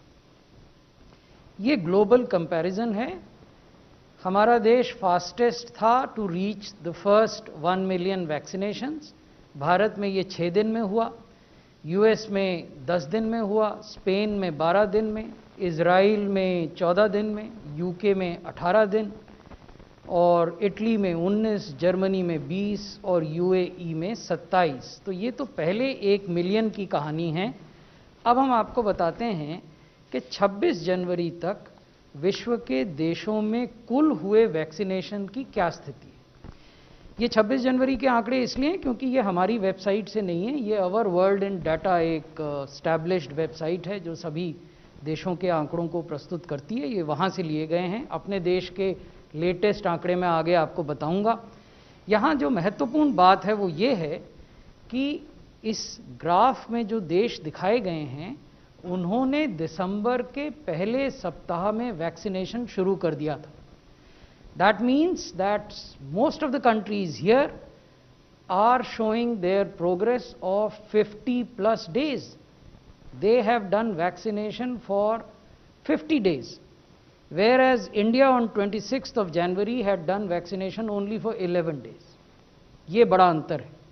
हम जिन आंकड़ों की तुलना कर रहे हैं वो 50 दिनों के आंकड़े हैं कुछ देशों के मामलों में और भारत के मामले में 11 दिन के आंकड़े हैं। तो अगर इन आंकड़ों को देखें तो हम 5वें नंबर पर हैं। 26 जनवरी को थे 5वें नंबर पर। 2.03 मिलियन हमने वैक्सीनेशन 26 जनवरी तक किए थे। अन्य देशों के मुकाबले में यूएस नंबर 1 पर थे उस समय, United Kingdom number 2, Israel number 3, United Arab Emirates number 4 और उसके बाद Bharat. Germany, Italy, Turkey, Spain, France, Brazil, Russia, Mexico, ये सारे देश जिन्होंने कि दिसंबर के पहले या दूसरे हफ्ते में वैक्सीनेशन शुरू कर दिए थे, ये सब भारत से नीचे हैं। वैक्सीनेशन की उपलब्धि को देखें तो उस आधार पर ये लेटेस्ट आंकड़े हैं देश में वैक्सीनेशन के। Progress so far, these are cumulative figures of COVID-19 vaccination in the country. हमारे देश में अब तक कोविड-19 वैक्सीनेशन के जो प्रोग्रेसिव आंकड़े हैं वो मैं आपके समक्ष प्रस्तुत कर रहा हूं। अब जिस समय हम आपसे बात कर रहे हैं, देश में 25 लाख से ज़्यादा स्वास्थ्य कर्मी, जिनको हम हेल्थ केयर वर्कर्स भी कहते हैं, का वैक्सीनेशन किया जा चुका है। यहाँ मैं आपको बताना चाहता हूँ कि जब हमने वैक्सीनेशन प्रारंभ किया था और आपके साथ ये तथ्य साझा किया था, हमारा मानना ये था कि देश में एक दिन में लगभग 3000 वैक्सीनेशन सेशंस हम कर पाएंगे। तो जिस दिन ये कार्यक्रम शुरू हुआ 16 जनवरी को, उस दिन हमने 3374 वैक्सीनेशन सेशंस किए अक्रॉस द कंट्री, देश भर में, और 2 लाख से कुछ ज़्यादा लोगों का वैक्सीनेशन हुआ। 19 जनवरी को हमने ये संख्या बढ़ाई और 3800 सेशंस किए। 22 जनवरी को ये बढ़कर 6200 सेशंस हो गए। 25 जनवरी को पूरे देश में 7700 स्थानों पर टीकाकरण की प्रक्रिया की गई और आज जब हम आपसे बात कर रहे हैं तो देश में 9000 स्थानों पर वैक्सीनेशन सेशंस हो रहे हैं, यानी 9000 स्थान ऐसे हैं जहां की कोविड वैक्सीनेशन की प्रक्रिया चल रही है as we speak and interact with you. और हमने आपको ये भी बताया है कि कैसे जैसे वैक्सीनेशन सेशंस की संख्या बढ़ी, वैसे वैसे लाभान्वितों की संख्या भी, the beneficiaries who got vaccinated in these sessions, that number has also increased. हम आपसे जब बात इससे पहले करते रहे हैं तो हमने आपको बताया है कि राज्य ने इतने वैक्सीनेशन सेशन शेड्यूल किए और उसकी तुलना में ये उपलब्धि प्राप्त की और ये इतने प्रतिशत उपलब्धि होती है। So this is something that the Union Ministry of Health and Family Welfare reviews on a daily basis. What do we review? We review the total number of vaccination sessions scheduled, the number of sessions conducted, the number of beneficiaries covered. However, equally important is the fact what is the percentage of the total universe of healthcare workers in a state which has been covered. So that is also something that we monitor. किसी भी राज्य में या संघ शासित क्षेत्र में health care workers का वो क्या नंबर है जिसको कवर किया जाना है और उसके विरुद्ध क्या उपलब्धि हुई है, तो ये मैं अब आपके समक्ष प्रस्तुत करूंगा। ये वो राज्य हैं जिन्होंने अपने हेल्थ केयर वर्कर्स के कुल यूनिवर्स का 35% से अधिक पहले 13 दिनों में कवर कर लिया है। This is commendable achievement and we must place on record our deep appreciation of the health care teams, vaccinators of states and duties. Lakshadweep ने अपने सारे हेल्थ केयर वर्कर्स का 83% कवर किया है। उड़ीसा नंबर 2 पर है और इसने अपने हेल्थ केयर वर्कर्स का 50% कवर किया। उड़ीसा एक बड़ा राज्य है, यहाँ हेल्थ केयर वर्कर्स की संख्या ज़्यादा है, इसलिए इनका चैलेंज ज़्यादा है। उसके बनिस्पत उसके बावजूद उन्होंने 50% से ज़्यादा कवरेज किया है, ये काबिले तारीफ बात है। हरियाणा तीसरे नंबर पे है, इन्होंने 50% हेल्थ केयर वर्कर्स को कवर किया है पहला डोज वैक्सीनेशन देकर। अंडमान निकोबार, यहाँ संख्या जरूर कम है लेकिन इन्होंने 48% किया है। राजस्थान ने 46%, त्रिपुरा ने 45%, मिजोरम ने 40%, तेलंगाना ने 40%, आंध्रा ने 38%, कर्नाटक ने 35% और मध्य प्रदेश ने 35%। लेकिन सब जगह स्थिति ऐसी नहीं है। कुछ राज्य ऐसे भी हैं जहां अभी भी वैक्सीनेशन को रफ्तार पकड़नी बाकी है, तो उनकी जानकारी भी हम आपके साथ साझा करना चाहेंगे। States that need to improve vaccination performance. Jharkhand ने केवल 14% किया है अपने कुल हेल्थ केयर वर्कर्स का कवरेज। दिल्ली ने 15% से कुछ ज़्यादा किया है। तमिलनाडु ने भी 15% से कुछ ज़्यादा किया। उत्तराखंड ने 17% किया है। छत्तीसगढ़ ने 20%, महाराष्ट्र ने 20%।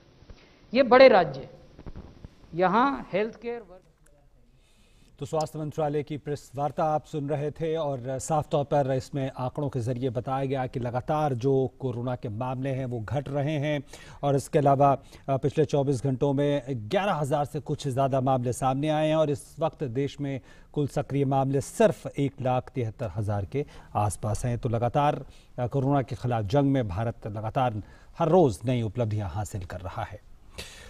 और आगे बढ़ते हैं और एक बार फिर से लौटते हैं उस खबर की तरफ जिसमें साफ तौर पर ये बातें अब सामने निकल कर आ रही कि कैसे किसान आंदोलन के नाम पर हिंसा की गई और कैसे सार्वजनिक संपत्तियों का नुकसान हुआ और करीब दिल्ली पुलिस के 400 जवान घायल हुए हैं। और आगे बढ़ते हैं इस खबर से जुड़ी हुई जो इस वक्त जो ताज़ा खबरें आ रही हैं, जैसा हम आपको लगातार बता रहे हैं कि देश भर में जो तमाम आंदोलन के नाम पर जिस तरह की हिंसा हुई, गणतंत्र को जिस तरह से गुंडा तंत्र में बदलने की कोशिश हुई, उसके खिलाफ देश भर में गुस्सा है। और भटिंडा से आपको दिखाते हैं, भटिंडा अमृतसर हाईवे पर जो व्यापारी हैं, आड़ती हैं, दरअसल उन्होंने आज जाम लगा दिया और उन्होंने जाम इसलिए लगाया, उन्होंने ये जो आंदोलन कर रहे लोग हैं उनके खिलाफ आज वो सड़क पर बैठ गए। ਸਾਡੇ ਆੜਤੀ ਭਰਾਵਾਂ ਨੇ ਪੈਸੇ ਇਕੱਠੇ ਕਰਕੇ ਉਹ ਅੰਦੋਲਨ ਦਾ ਹਿੱਸਾ ਬਣਨ ਵਾਸਤੇ ਕੁਝ ਵਪਾਰੀ ਭਰਾਵਾਂ ਨੂੰ ਫੰਡ ਦੇ ਕੇ ਭੇਜਿਆ ਸੀ ਵੀ ਤੁਸੀਂ ਉੱਥੇ ਧਰਨੇ ਵਿੱਚ ਵੀ ਸ਼ਾਮਲ ਹੋ ਤੇ ਉਹਨਾਂ ਦੀ ਕੁਝ ਕੈਸ਼ ਦੀ ਵੀ ਮਦਦ ਕਰਕੇ ਆਓ। ਪਰ ਉਹਨਾਂ ਨੇ ਕੀ ਕੀਤਾ, ਰਸਤੇ ਵਿੱਚ ਦਾਰੂ ਪੀ ਕੇ ਜਿਹੜੇ ਵਪਾਰੀ ਭਰਾਵਾਂ ਨੇ ਉਹਨਾਂ ਨੂੰ ਫੰਡ ਇਕੱਠਾ ਕਰਕੇ ਦਿੱਤਾ ਸੀ, ਉਹਨਾਂ ਨੂੰ ਕਿਹਾ ਵੀ ਤੁਹਾਡੀ ਜ਼ਮੀਨਾਂ ਲੁੱਟ ਲਾਵਾਂਗੇ, ਜਾਈਆਂ ਵਿੱਚ ਹੀਟਰ ਲਾ ਕੇ ਬੈਠੇ ਐ ਔਰ ਤੁਹਾਡੇ ਪੈਸੇ ਵੀ ਖੋਲਾਂਗੇ, ਤੁਹਾਡੀ ਜਾਇਦਾਦ ਤੇ ਕਬਜ਼ਾ ਕਰ ਲਾਂਗੇ और सोनू पाकिस्तान भेज देवांगे, ना सोनू किसी हरियाणे ने संभालना ना किसी राजस्थान ने संभालना। असी इस अफसोस विच कल रोस मुजाहरा भी किया और धरना भी दिता, पर पुलिस प्रशासन ने साडे नूं कहंदा भी तुसीं बयान दर्ज कराओ। असी इहदी शिकायत भी की और बयान भी दर्ज कराए। पुलिस प्रशासन ने सानूं विश्वास दिवाया सी कि असीं इन्हां ते FIR लॉज करके तुहानूं कापी दे देवांगे। जिवें गुंडियाला मंडी दे साडे इत्थे दे आड़त एसोसीएशन का इन्हों का मैटर सीगा भी इन्होंने भी बंदे कुछ बंदे आड़ती होर भी है जिन्होंने कुछ ऐसे शब्द वीडियो वायरल की जोड़े कि इन्होंने एतराजयोग से जोड़ा कि इन्हों का सारा की मंग सी कि FIR लॉज की जाए, वो FIR लॉज कर ली गई है।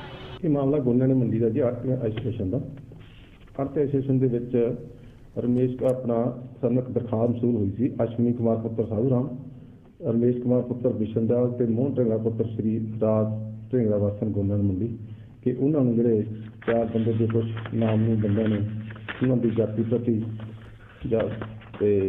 अपने आरती भाईचारे में एक गलत बोलने बारे समर्थ किए थे, जिन्हों के अभी कानूनी राय सिविल अफसर कानूनी राय लैण तो बाद मुकदमा नंबर 11 मिति 26/2021 under section 153A 505 part 2 IPC PS ने दर्ज रजिस्टर किया है।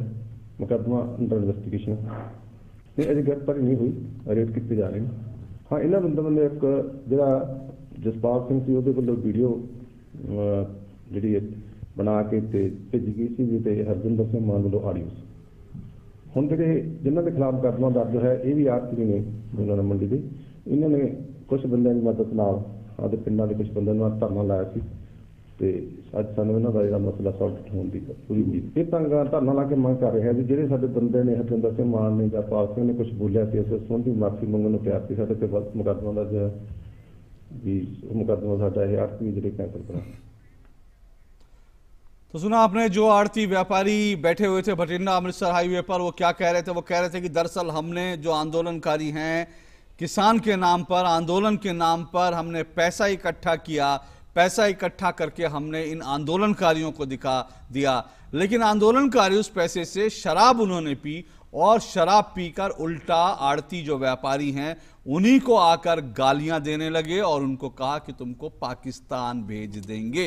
और इसीलिए अब वो आंदोलनकारियों के खिलाफ, जो आड़ती कल तक उनका सपोर्ट कर रहे थे, वो आंदोलनकारियों के खिलाफ सड़कों पर बैठे कि इन आंदोलनकारियों को हटाया जाए।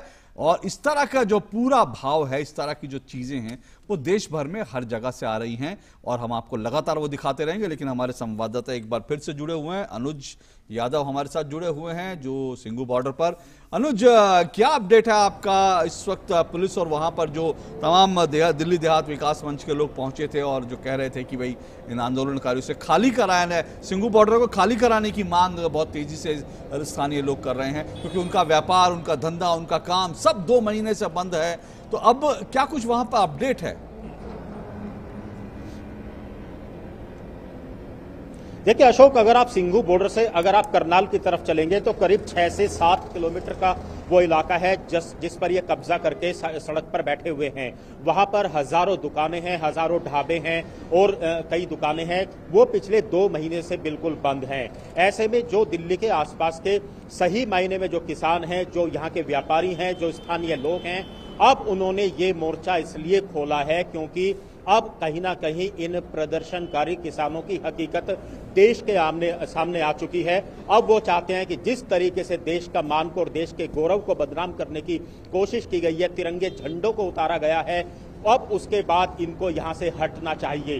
पहले लोगों का बिल्कुल निश्चित तौर पर समर्थन था, क्योंकि किसान को अन्नदाता के रूप में देखते हैं और सरकार भी बार बार अन्नदाता के रूप में इनसे बातचीत करती रही थी। लेकिन जिस तरीके का हिंसक रूप इनका देखने को मिला है, अब देश के लोग, देश की जनता, दिल्ली एनसीआर के आसपास के लोग अब इनको हटाना चाहते हैं। क्योंकि देखिए, कोई नुकसान अपना कोई 1 दिन कर सकता है, 5 दिन कर सकता है, लेकिन 2 महीने तक लोगों ने अपना नुकसान किया है इन किसानों के नाम पर। लेकिन ये किसान नहीं, ये दहशतगर्द निकले एक तरीके से, अगर हम कह सकते हैं। अभी वहां पर जो व्यवस्था है, जो लोग आए थे उनको पुलिस ने समझाकर वापस भेज दिया है, लेकिन निश्चित तौर पर जो एक उनकी आवाज है अब वो सामने आ चुकी है और उन प्रदर्शनकारी किसानों को भी समझना होगा कि अब आप देश की जनता के मन में जो एक प्यार थी, मोहब्बत थी उनके प्रति, वो खत्म हो चुकी है। और शायद अब इन किसानों को समझ लेना चाहिए, उनको वहां से हटना चाहिए और सिर्फ अपनी जिद के लिए नहीं बल्कि लोगों के हितों के लिए हटना चाहिए। अनुज, हम कुछ तस्वीरें दिखा रहे हैं और जो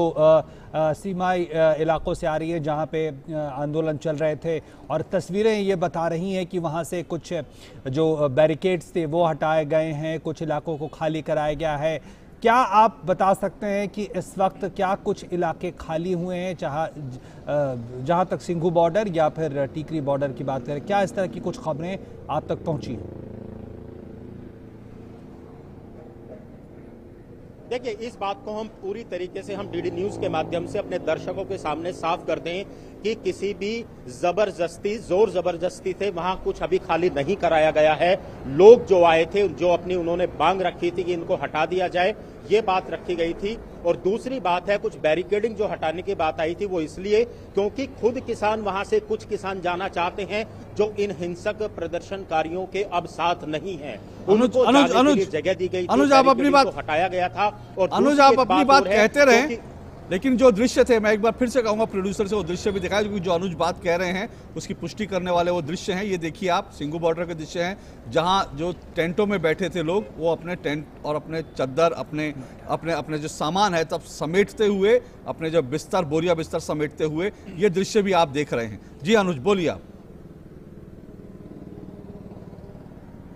बिल्कुल बिल्कुल, आपने जो तस्वीरों के माध्यम से दिखाया यही एक रियल पिक्चर है।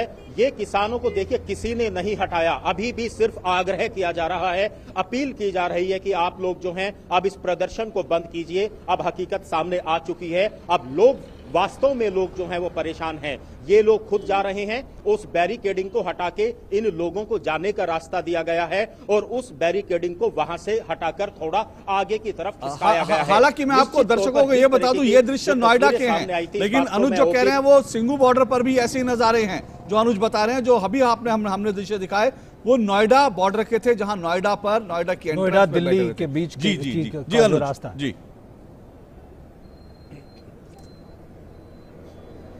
बिल्कुल बिल्कुल सही बात है। ये जो नोएडा का चीला बॉर्डर है और जो गाजीपुर बॉर्डर, जो भानु जो किसान संगठन था, ये वो लोग हैं जो अपना यहाँ से वापस टेंट उखाड़कर अपने गांवों की तरफ अब जा रहे हैं। दूसरी बात जो ओम प्रकाश और अशोक मैंने पहले भी कही थी, मैं उन 12 की 12 बैठकों के दौरान मैं मौजूद था। दिल्ली पुलिस के साथ जो बैठकें हुई थी मैं उसमें भी मौजूद था। निश्चित तौर पर दिल्ली पुलिस, क्योंकि दिल्ली पुलिस भी किसानों के बेटे हैं, बेटियां हैं जो दिल्ली पुलिस के अंदर काम करते हैं, और किसानों के देखिए जो एक तस्वीर है वो एक भरोसे की तस्वीर सामने निकल कर आती है, क्योंकि देश को अन्न खिलाने वाला, देश के भंडारण को भरने वाला दिन रात मेहनत करने वाला वो किसान है, उस भरोसे को जो है दिल्ली पुलिस के भरोसे को इन किसानों ने तोड़ा। दूसरा, राकेश टिकैत के बयान 20 और 21 तारीख तक लगातार इस बात के लिए आते रहे थे। उनका एक शब्द और मैं आपको बता दूं, झंडे के साथ डंडा लाने की तो बात कही थी, उन्होंने ये भी कहा था, जो रिकॉर्ड पर ये बातें हैं, कि अब इनका बक्कल उतारना पड़ेगा। इसका क्या मतलब है? मैं पश्चिमी उत्तर प्रदेश का रहने वाला हूं।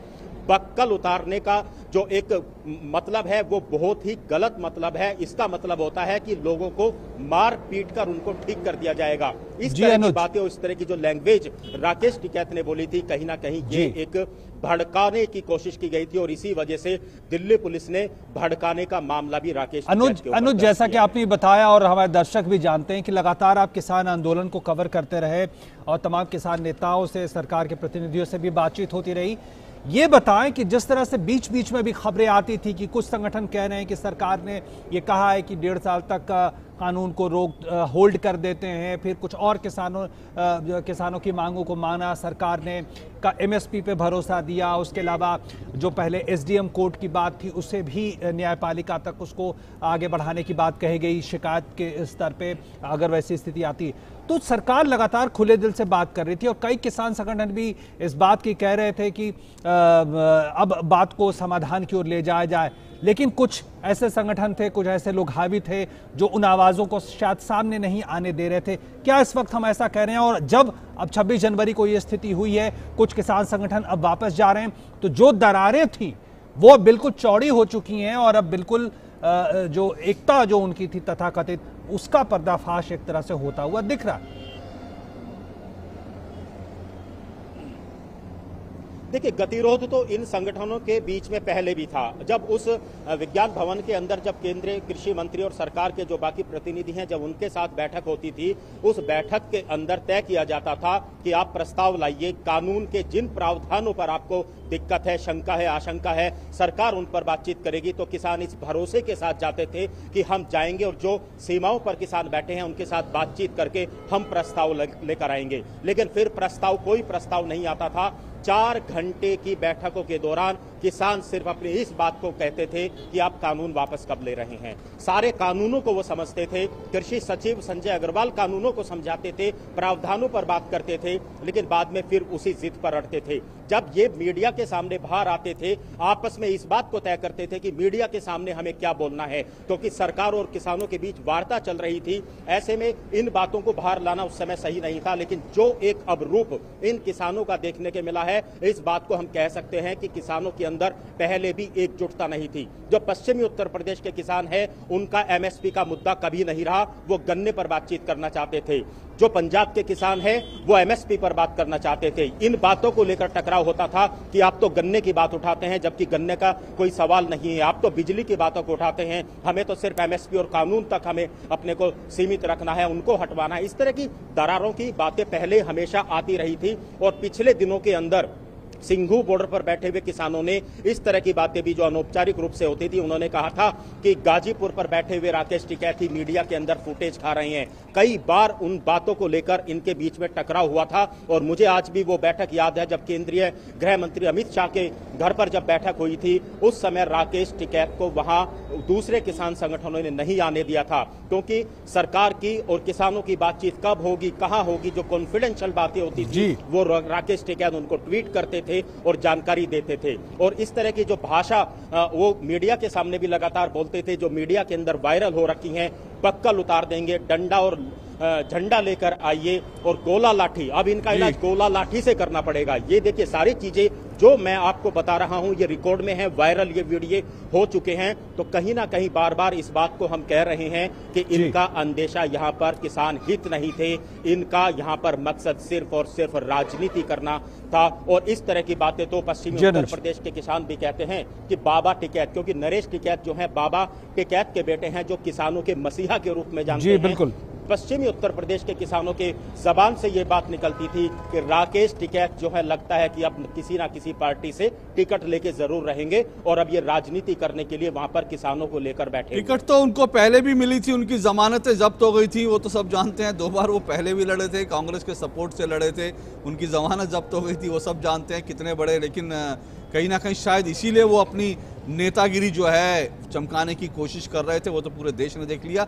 लेकिन हमारे साथ नीरज भी, हमारे संवाददाता जुड़े हुए हैं। आर राजागोपालन जी वरिष्ठ पत्रकार हैं, वो भी हमारे साथ जुड़े हैं। विशाल बैरिस्टो भी जुड़े हुए हैं। आर राजागोपालन जी, मैं आपके पास आऊँ उससे पहले एक सवाल मैं नीरज से कर लेता हूँ। नीरज, जो अभी अनुज बता रहे थे, लगातार बैठकों का सिलसिला किसानों के साथ, पुलिस के साथ भी जो है किसानों ने 6 दौर की बैठकें की, अपनी जिद पर अड़े रहे, बाद में रिटर्न समझौता किया, उस समझौते से मुकर गए। पुलिस से जितनी बातें कही थी उनमें से किसी का भी पालन नहीं किया। तो क्या कहीं ना कहीं ये जो नेतागिरी चल रही थी नेताओं की, किसान नेताओं की, कथित किसान नेताओं की, इसमें मंशा कुछ और थी और दिखा कुछ और रहे थे? क्योंकि बार बार बैठक तो वो करता है ना जो जहां संवाद हो रहा होता है, जहां पर एक बात हो रही होती है कि भाई तुम भी कुछ कहो, तुम्हारी मैं भी सुनूंगा, मेरी तुम भी सुनो। लेकिन यहां तो कुछ निकल के आया नहीं, और जो निकल के आया वो हमने देखा 26 तारीख को गुंडागर्दी। देखिए, बिल्कुल अशोक, आप सही कह रहे हैं कि ये जो मंशा थी वो 24 तारीख तक वो दिखाई देती थी की, लेकिन 25 तारीख की रात को, जैसा कि दिल्ली पुलिस जो कमिश्नर भी इस बात का जिक्र किया कि 25 तारीख की रात से उनकी जो मंशा है वो थोड़ा बदलना शुरू हो गई थी। क्योंकि 25 की रात से ही उन्होंने क्या करा कि दूसरे नेताओं को आगे करना शुरू, और जो पुलिस की वार्ता में जो नेता शामिल थे वो, यानी कि उन लोगों ने दूसरे लोगों को आगे कर दिया ताकि किसी भी तरह की कोई घटना होती है तो जिम्मेदारी दी जा सके। तो ये एक पूरी प्री प्लानिंग इन्होंने करी थी, जो लगातार 6 दौर की बातचीत जिन्होंने दिल्ली पुलिस के साथ करी थी। बाकायदा इन्होंने लिखित में दिल्ली पुलिस को ये दिया था, आश्वासन दिया था अशोक, कि वो ट्रैक्टर रैली निकालेंगे, शांतिपूर्ण तरीके से निकालेंगे। ट्रैक्टर रैली निकालेंगे, 12 बजे के बाद निकालेंगे, ट्रैक्टर रैली निकालेंगे, और जो भी संगठन के बड़े नेता हैं वो उस ट्रैक्टर रैली को अलग अलग जगह से लीड करेंगे। ट्रैक्टर रैली में किसी भी तरीके का कोई हथियार है वो नहीं लाया जाएगा। लेकिन इन सारी बातों को उन्होंने दरकिनार कर दिया और ट्रैक्टर रैली 7 बजे के आसपास ही शुरू हो गई, जिस समय गणतंत्र दिवस का जो समारोह है वो चल रहा था। अब दिल्ली पुलिस ने कार्रवाई की है अशोक, 25 FIR की है, 19 जो लोग हैं उनको गिरफ्तार किया है, 70 से ज्यादा लोग हैं उनको डिटेन किया है, 150 के करीब लोग हैं जिनकी पहचान कर ली गई है। तो आप समझ सकते हैं कि दिल्ली पुलिस तेजी के साथ काम कर रही है। पुलिस कमिश्नर इस समय भी अपने पुलिस के आला अधिकारियों के साथ बैठक कर रहे हैं, क्योंकि जिस तरीके से सामने घटना सामने आ रही है कि तमाम बड़ी संख्या में जो स्थानीय लोग हैं वो बॉर्डरों की ओर कूच कर रहे हैं और ये लगातार नारेबाजी कर रहे हैं कि नीरज, पुलिस या कार्रवाई की आप बात कर रहे हैं, लेकिन अब इस बात का भी इंतजार होगा कि जो बड़े नेता हैं इस आंदोलन से जुड़े हुए, उन पे क्या कार्रवाई हो रही है, उनके नाम भी क्या FIR में दर्ज हैं? तो क्या इससे जुड़ी और डिटेल और क्या आपकी जानकारी आप तक पहुंच पाई है? नीरज, इसमें एक चीज और जोड़ दीजिएगा। नीरज जल्दी से इसमें एक चीज और जोड़ दीजिएगा। वो सिद्धू जो पंजाबी कलाकार था उसके ऊपर क्या अपडेट है? क्योंकि खबर ये भी आई, क्योंकि कल तक ये कांग्रेस सवाल कर रही थी, सरकार को निशाना बना रही थी कि उसको क्यों नहीं निशाना बनाया गया क्योंकि वो बीजेपी का आदमी है। लेकिन आज सिद्धू के खिलाफ भी कंपेन हो गई और सिद्धू के साथ जो लड़के थे उनकी तस्वीरें प्रियंका गांधी और राहुल गांधी के साथ, वो तस्वीरें भी वायरल हो गई हैं। तो कैसे आप देखते हैं इस कड़ी को? देखिए, बिल्कुल अशोक, मैं बता दूं आपको कि जो खबरें हमारे पास आ रही हैं उसके अनुसार दीप सिद्धू, उसके खिलाफ भी जो मामला है दिल्ली पुलिस उसमें इन्वेस्टिगेट कर रही है। और इसके साथ ही जो जितने भी किसान नेता हैं, अभी जो हमारी जानकारी आ रही है कि 37 के करीब किसान नेता हैं जिनके खिलाफ जो मामला है वो दिल्ली पुलिस ने दर्ज किया है। इसके साथ ही 20 नेता हैं जिनके खिलाफ लुकआउट नोटिस दिल्ली पुलिस ने जारी किया है। इसके साथ ही बड़े पैमाने पर नोटिस दिया है और 3 दिन के अंदर उनसे जवाब मांगा है। खासतौर से अगर हम बात करें तो राकेश टिकैत, उनको भी जो नोटिस है वो दिल्ली पुलिस ने सर्व कर दिया है गाजीपुर बॉर्डर पर, और उनसे 3 दिन के अंदर जवाब मांगने के लिए कहा गया है। और उनसे पूछा गया है कि इस जो समझौता आपने दिल्ली पुलिस के साथ किया था वो समझौता तोड़ा क्यों, और आपने क्यों नहीं जो ट्रैक्टर मार्च है उसको लीड किया, और इसके साथ ही जिसका आपने आश्वासन दिया था कि हथियार नहीं जाएंगे लेकिन तलवारें, भाले और जो लोहे की रॉड है वो किस तरीके से सामने आ गई। तो निश्चित तौर पर ये जो जवाब है वो राकेश टिकैत जैसे दूसरे जो तमाम नेता हैं जो इस समझौते में शामिल हुए थे दिल्ली पुलिस के साथ, उनको जवाब देना होगा। क्योंकि दिल्ली पुलिस का ये साफ कहना है कि हमने पूरे संयम के साथ इस ट्रैक्टर रैली को 5 बजे तक का समय दिया था। 5 बजे तक दिल्ली पुलिस पूरी संयम के साथ अपनी ड्यूटी करती रही, लेकिन ये लगातार दिल्ली पुलिस पर प्रहार करते रहे। अब दिल्ली पुलिस का कहना है कि इन्होंने जो हिंसा करी है, दिल्ली वासियों को जो नुकसान पहुंचाया है, सरकारी संपत्तियों को जो नुकसान पहुंचाया है, दिल्ली पुलिस के जो कर्मचारी, जो 400 से ज्यादा कर्मचारी हैं, उनके ऊपर हमला किया है, जिन्हें घायल किया है। इसके साथ ही तिरंगे का जो अपमान किया है दिल्ली पुलिस का, ये कहना था कि ये सबसे बड़ा अपमान है और दिल्ली पुलिस इसमें सख्त से सख्त कार्रवाई करेगी और जो भी किसान नेता उनके साथ वार्ता में शामिल थे उनको जल्द ही पूछताछ के लिए बुलाएगी और उनकी भूमिका अगर कहीं भी संलिप्त पाई जाएगी तो उनको गिरफ्तार भी किया जाएगा। अशोक, ये दिल्ली पुलिस ने स्पष्ट किया है। ठीक है, बिल्कुल किसी को छोड़ा बख्शा नहीं जाना चाहिए और यही पुलिस कमिश्नर ने कहा था, किसी को बख्शेंगे नहीं। आर राजागोपालन जी हमारे साथ जुड़े हैं, वरिष्ठ पत्रकार। राजागोपालन जी, अभी भी विपक्ष कह रहा है और किसान नेता कह रहे हैं भाई ये तो सरकार की साजिश है, आपने जो है जाने दिया इंडिया लाल किले तक और आपने लोगों को घुसने दिया, झंडा फहराने दिया, ये सब तो सरकार की साजिश है, वो लोग कह रहे हैं, किसान आंदोलन को बदनाम करने के लिए।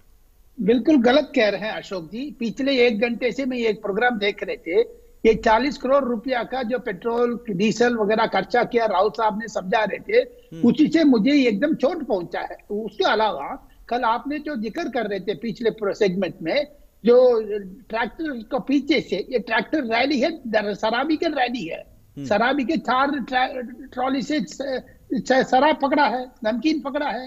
ये लोग क्या मौज करने आए थे, किसान के लिए करने आए थे? ये चीज नहीं पता लग रहे थे राहुल गांधी का।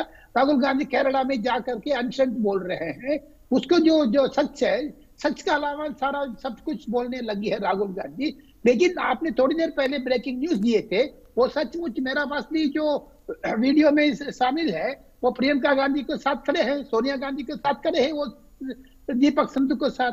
तो देयरफॉर ये बिल्कुल कांग्रेस का जो उंगली करने लगी है, कांग्रेस का हाथ इस आंदोलन में का है बिल्कुल। लेकिन मोटे तौर पर हम ये देखने लगेंगे कल अमित शाह साहब को जैसे कितना संयम से ही रहा है, जितना इंस्ट्रक्शंस दिया है, कोई आदमी भी नहीं मरना चाहिए।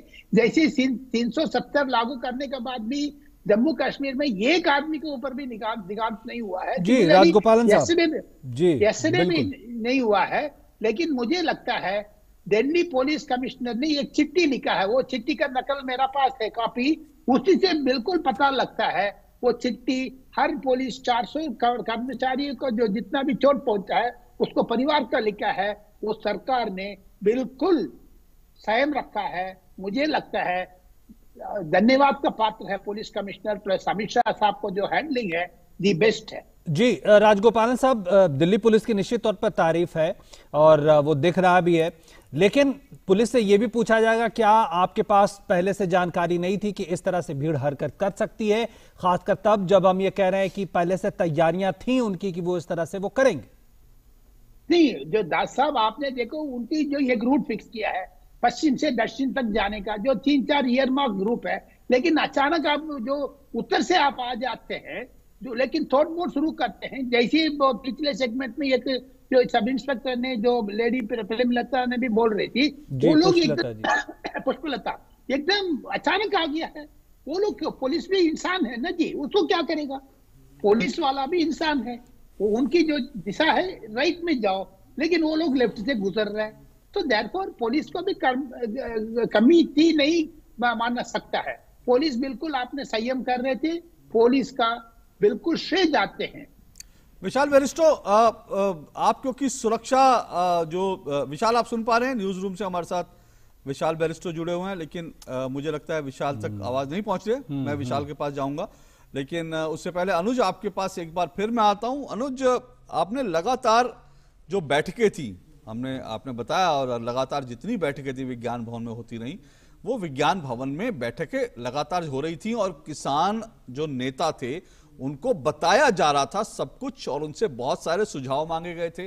अंतिम बैठक के बाद मुझे याद आया कृषि मंत्री ने कहा था कि भाई कुछ ताकतें हैं जो नहीं चाहती कि दरअसल ये आंदोलन खत्म हो, समझौता हो, क्योंकि सरकार बहुत बड़ा प्रस्ताव, इससे पहले लगातार जो नेता थे, किसान नेता कह रहे थे कि भाई 2 कदम हम हटेंगे, 2 कदम पीछे सरकार हटे, तो सरकार तो 2 नहीं 10 कदम पीछे हटी जब सरकार ने कहा कि 1.5 साल के लिए हम जो है इनको सस्पेंड कर देते हैं। लेकिन उसके बावजूद भी नहीं मानना, 1 कदम भी नहीं पीछे हटना।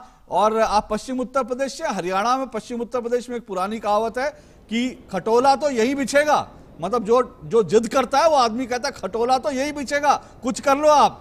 तो वो कहीं ना कहीं जिद थी और कहीं ना कहीं ये वो था कि इस आंदोलन को चलते हैं, हमें कोई बात माननी नहीं है, ये साफ मंशा दिख रही थी। बिल्कुल बिल्कुल आपने सही कहावत बताई, खटोला तो यहीं बिछेगा और डंडा तो यहीं गड़ेगा। इस तरह की भाषा का उपयोग जो है कई बार लोग क्रोध के अंदर कहते हैं, और इस तरह की जो उनकी जिद है वो इस आंदोलन के अंदर देखने को मिली है। मुझे लगता है कि इतने लंबे डिस्कशन के बाद एक बार कानूनों के ऊपर जो सरकार की तरफ से बात की गई थी, मैं बड़े संक्षेप में उसको बता देता हूं। देखिए, जब बैठकों का दौर शुरू हुआ था तो सरकार ने इस बात को कहा था कि आप लोग एक समिति बना लीजिए, छोटे ग्रुप को बना लीजिए और उसके बैठकर हम लगातार बातचीत करेंगे। लेकिन ये अड़े नहीं, हम 40 के 40 संगठन आएंगे। उसके बावजूद भी सरकार ने कहा कि ठीक है, आप लोग जितने लोग आना चाहते हैं आइए, आप अपने साथ अगर वकीलों को लाना चाहते हैं, कृषि विशेषज्ञों को लाना चाहते हैं, उनका भी स्वागत है। उसके बाद लगातार बैठकों का दौर जारी रहा और सरकार की देखिए सबसे बड़ी बात क्या है, सरकार ने 6 संशोधनों को माना था। सरकार ने कहा था एमएसपी पर लिखित आश्वासन हम देंगे। उन्होंने कहा था कि कॉन्ट्रैक्ट फार्मिंग के अंदर एसडीएम की जगह सिविल कोर्ट को परमिशन देंगे। बिजली की सब्सिडी खत्म नहीं की जाएगी। पराली पर जो सख्त कानून बना था उसको भी कम किया जाएगा। जो बड़ी सजा का प्रावधान है उसको भी कम किया जाएगा। आखिर ये किसान चाहते क्या थे, ये बार बार सबसे बड़ा सवाल उठता रहा। और जब केंद्रीय कृषि मंत्री जो 22 तारीख को आखिरी बैठक हुई थी, उसके बाद बिल्कुल उन्होंने इस बात को कहा कि इसके पीछे कुछ ऐसी ताकतें हैं जो किसान हित नहीं चाहते, जो किसानों का भला नहीं चाहते। और एक बात आपको और मैं बता दूं, उस समय भी जब ये लोग आते थे, हम किसानों से जब बातचीत करते थे बिना कैमरे के, ये लोग कहते थे कि नहीं, हमें तो देखिए हमारी तो जिद है, हम तो अपने इन कानूनों को अब तो वापस करा के ही जाएंगे। मैंने कहा आप लोग फिर आते क्या हैं, 5 घंटे आखिर आप बैठकों के अंदर करते क्या हैं? उन्होंने कहा कि सरकार बुलाती है, कहीं हमारे ऊपर ये आरोप ना लगे कि हम बातचीत नहीं करना चाहते। तो बातचीत तो आप अभी भी नहीं कर रहे, आप अपनी जिदों पर अड़े हुए हैं। बिल्कुल अनुज, क्या आप ये मैसेज देना चाहते हैं कि बातचीत करने के लिए आ गए? तो उन्होंने कहा देखिए हम तो अपनी जी बिल्कुल बिल्कुल सही कह रहे हैं आप। और अब क्या विशाल हमारे साथ जुड़ गया। विशाल, जो बात अनुज कह रहे हैं उसको अब इस स्थिति में जहां हम खड़े हैं, अब कहां से अब रास्ता आप निकलता देखते हैं? क्योंकि अभी तक जो सूचना है कि कुछ किसान संगठनों ने कहा है कि हम आंदोलन को आगे बढ़ाएंगे। भले ही अब तस्वीरें आ रही हैं कि कई किसान संगठनों ने अब जो है वापसी का रास्ता ले लिया है, लोग अब वापस जा रहे हैं। तो अब ये पूरा आंदोलन, अगर हम कहें अगर आंदोलन है तो कहां जाता दिखता है आपको? देखिए, मैं ओपी आपकी लाइन से आपका जवाब दूंगा। आपने कहा कि दरारें गहरा रही हैं और दरारें गहराने की वजह खास है क्योंकि अब तक पुलिस ने संयम बरता। आज जिस तरह से गृह मंत्री ने जो घायल हुए पुलिस वाले और जो अफसरान हैं उनसे मुलाकात की और एक क्लियर इंस्ट्रक्शन दे दिया गया कि अब पुलिस को सख्त कार्रवाई करनी है, पासपोर्ट जब्त किए जाएंगे, क्रिमिनल केसेस लगे हुए हैं, आपको 3 दिन के अंदर जवाब देना है। और ये जब बात जाएगी कि अब पुलिस का एक्शन हो सकता है, तो जो भीड़ इकट्ठा है कुछ तथाकथित नेताओं के पीछे, अब वो धीरे धीरे सरकना शुरू हो जाएगी क्योंकि अब उनको ये साफ समझ में आ गया है कि अब प्रशासन एक्शन के मोड में आ गया है। हमने अपनी मनमानी कर ली और जिस तरह से उन्होंने लाल किले पर ये भद्दा मजाक किया है, मैं कहूँगा, उसके बाद एक नेशनल सेंटीमेंट उनके खिलाफ हो गया है। तो एक हैंडफुल ऑफ पीपल जो है वो अब और नहीं तंग कर पाएंगे लोगों को। क्योंकि बात हो रही थी, अशोक कह रहे थे कि व्यापारियों का व्यापार ठप है, लेकिन मैं कहूँगा कि जो आवागमन है वो पूरी तरह से रुक गया है। जयपुर अगर आपको जाना है तो आप वैकल्पिक रास्ते ढूंढते रहो, आप भटकते रहो, या आप हवाई जहाज़ का रास्ता लो या फिर आप ट्रेन। तो कैसे आप अपनी सहूलियत में आप परेशानी हो रही है। 2 महीने हो चुके हैं और लोग परेशान हैं। पुलिस अब एक्शन के मोड में आ गई है। होम मिनिस्टर ने क्लियर इंस्ट्रक्शंस दिए हैं और धीरे धीरे जब नामजद कार्रवाई होगी तो अब ये मुझे लगता नहीं है कि इनका आगे कुछ चल पाएगा, क्योंकि जिस तरह से 2 किसान संगठनों ने अचानक विड्रॉ किया, कल उन्होंने देखा कि यहाँ तो हमारी बदनामी हो गई है और हमने तिरंगे का अपमान कर दिया है, हमने देश के खिलाफ एक बड़ा गुनाह कर दिया है, तो अब उनका कॉन्शियस उनको अलाउ नहीं कर रहा है। तो ऐसे में मुझे नहीं लगता कि ये एजिटेशन अब आगे ज्यादा चलने वाला है।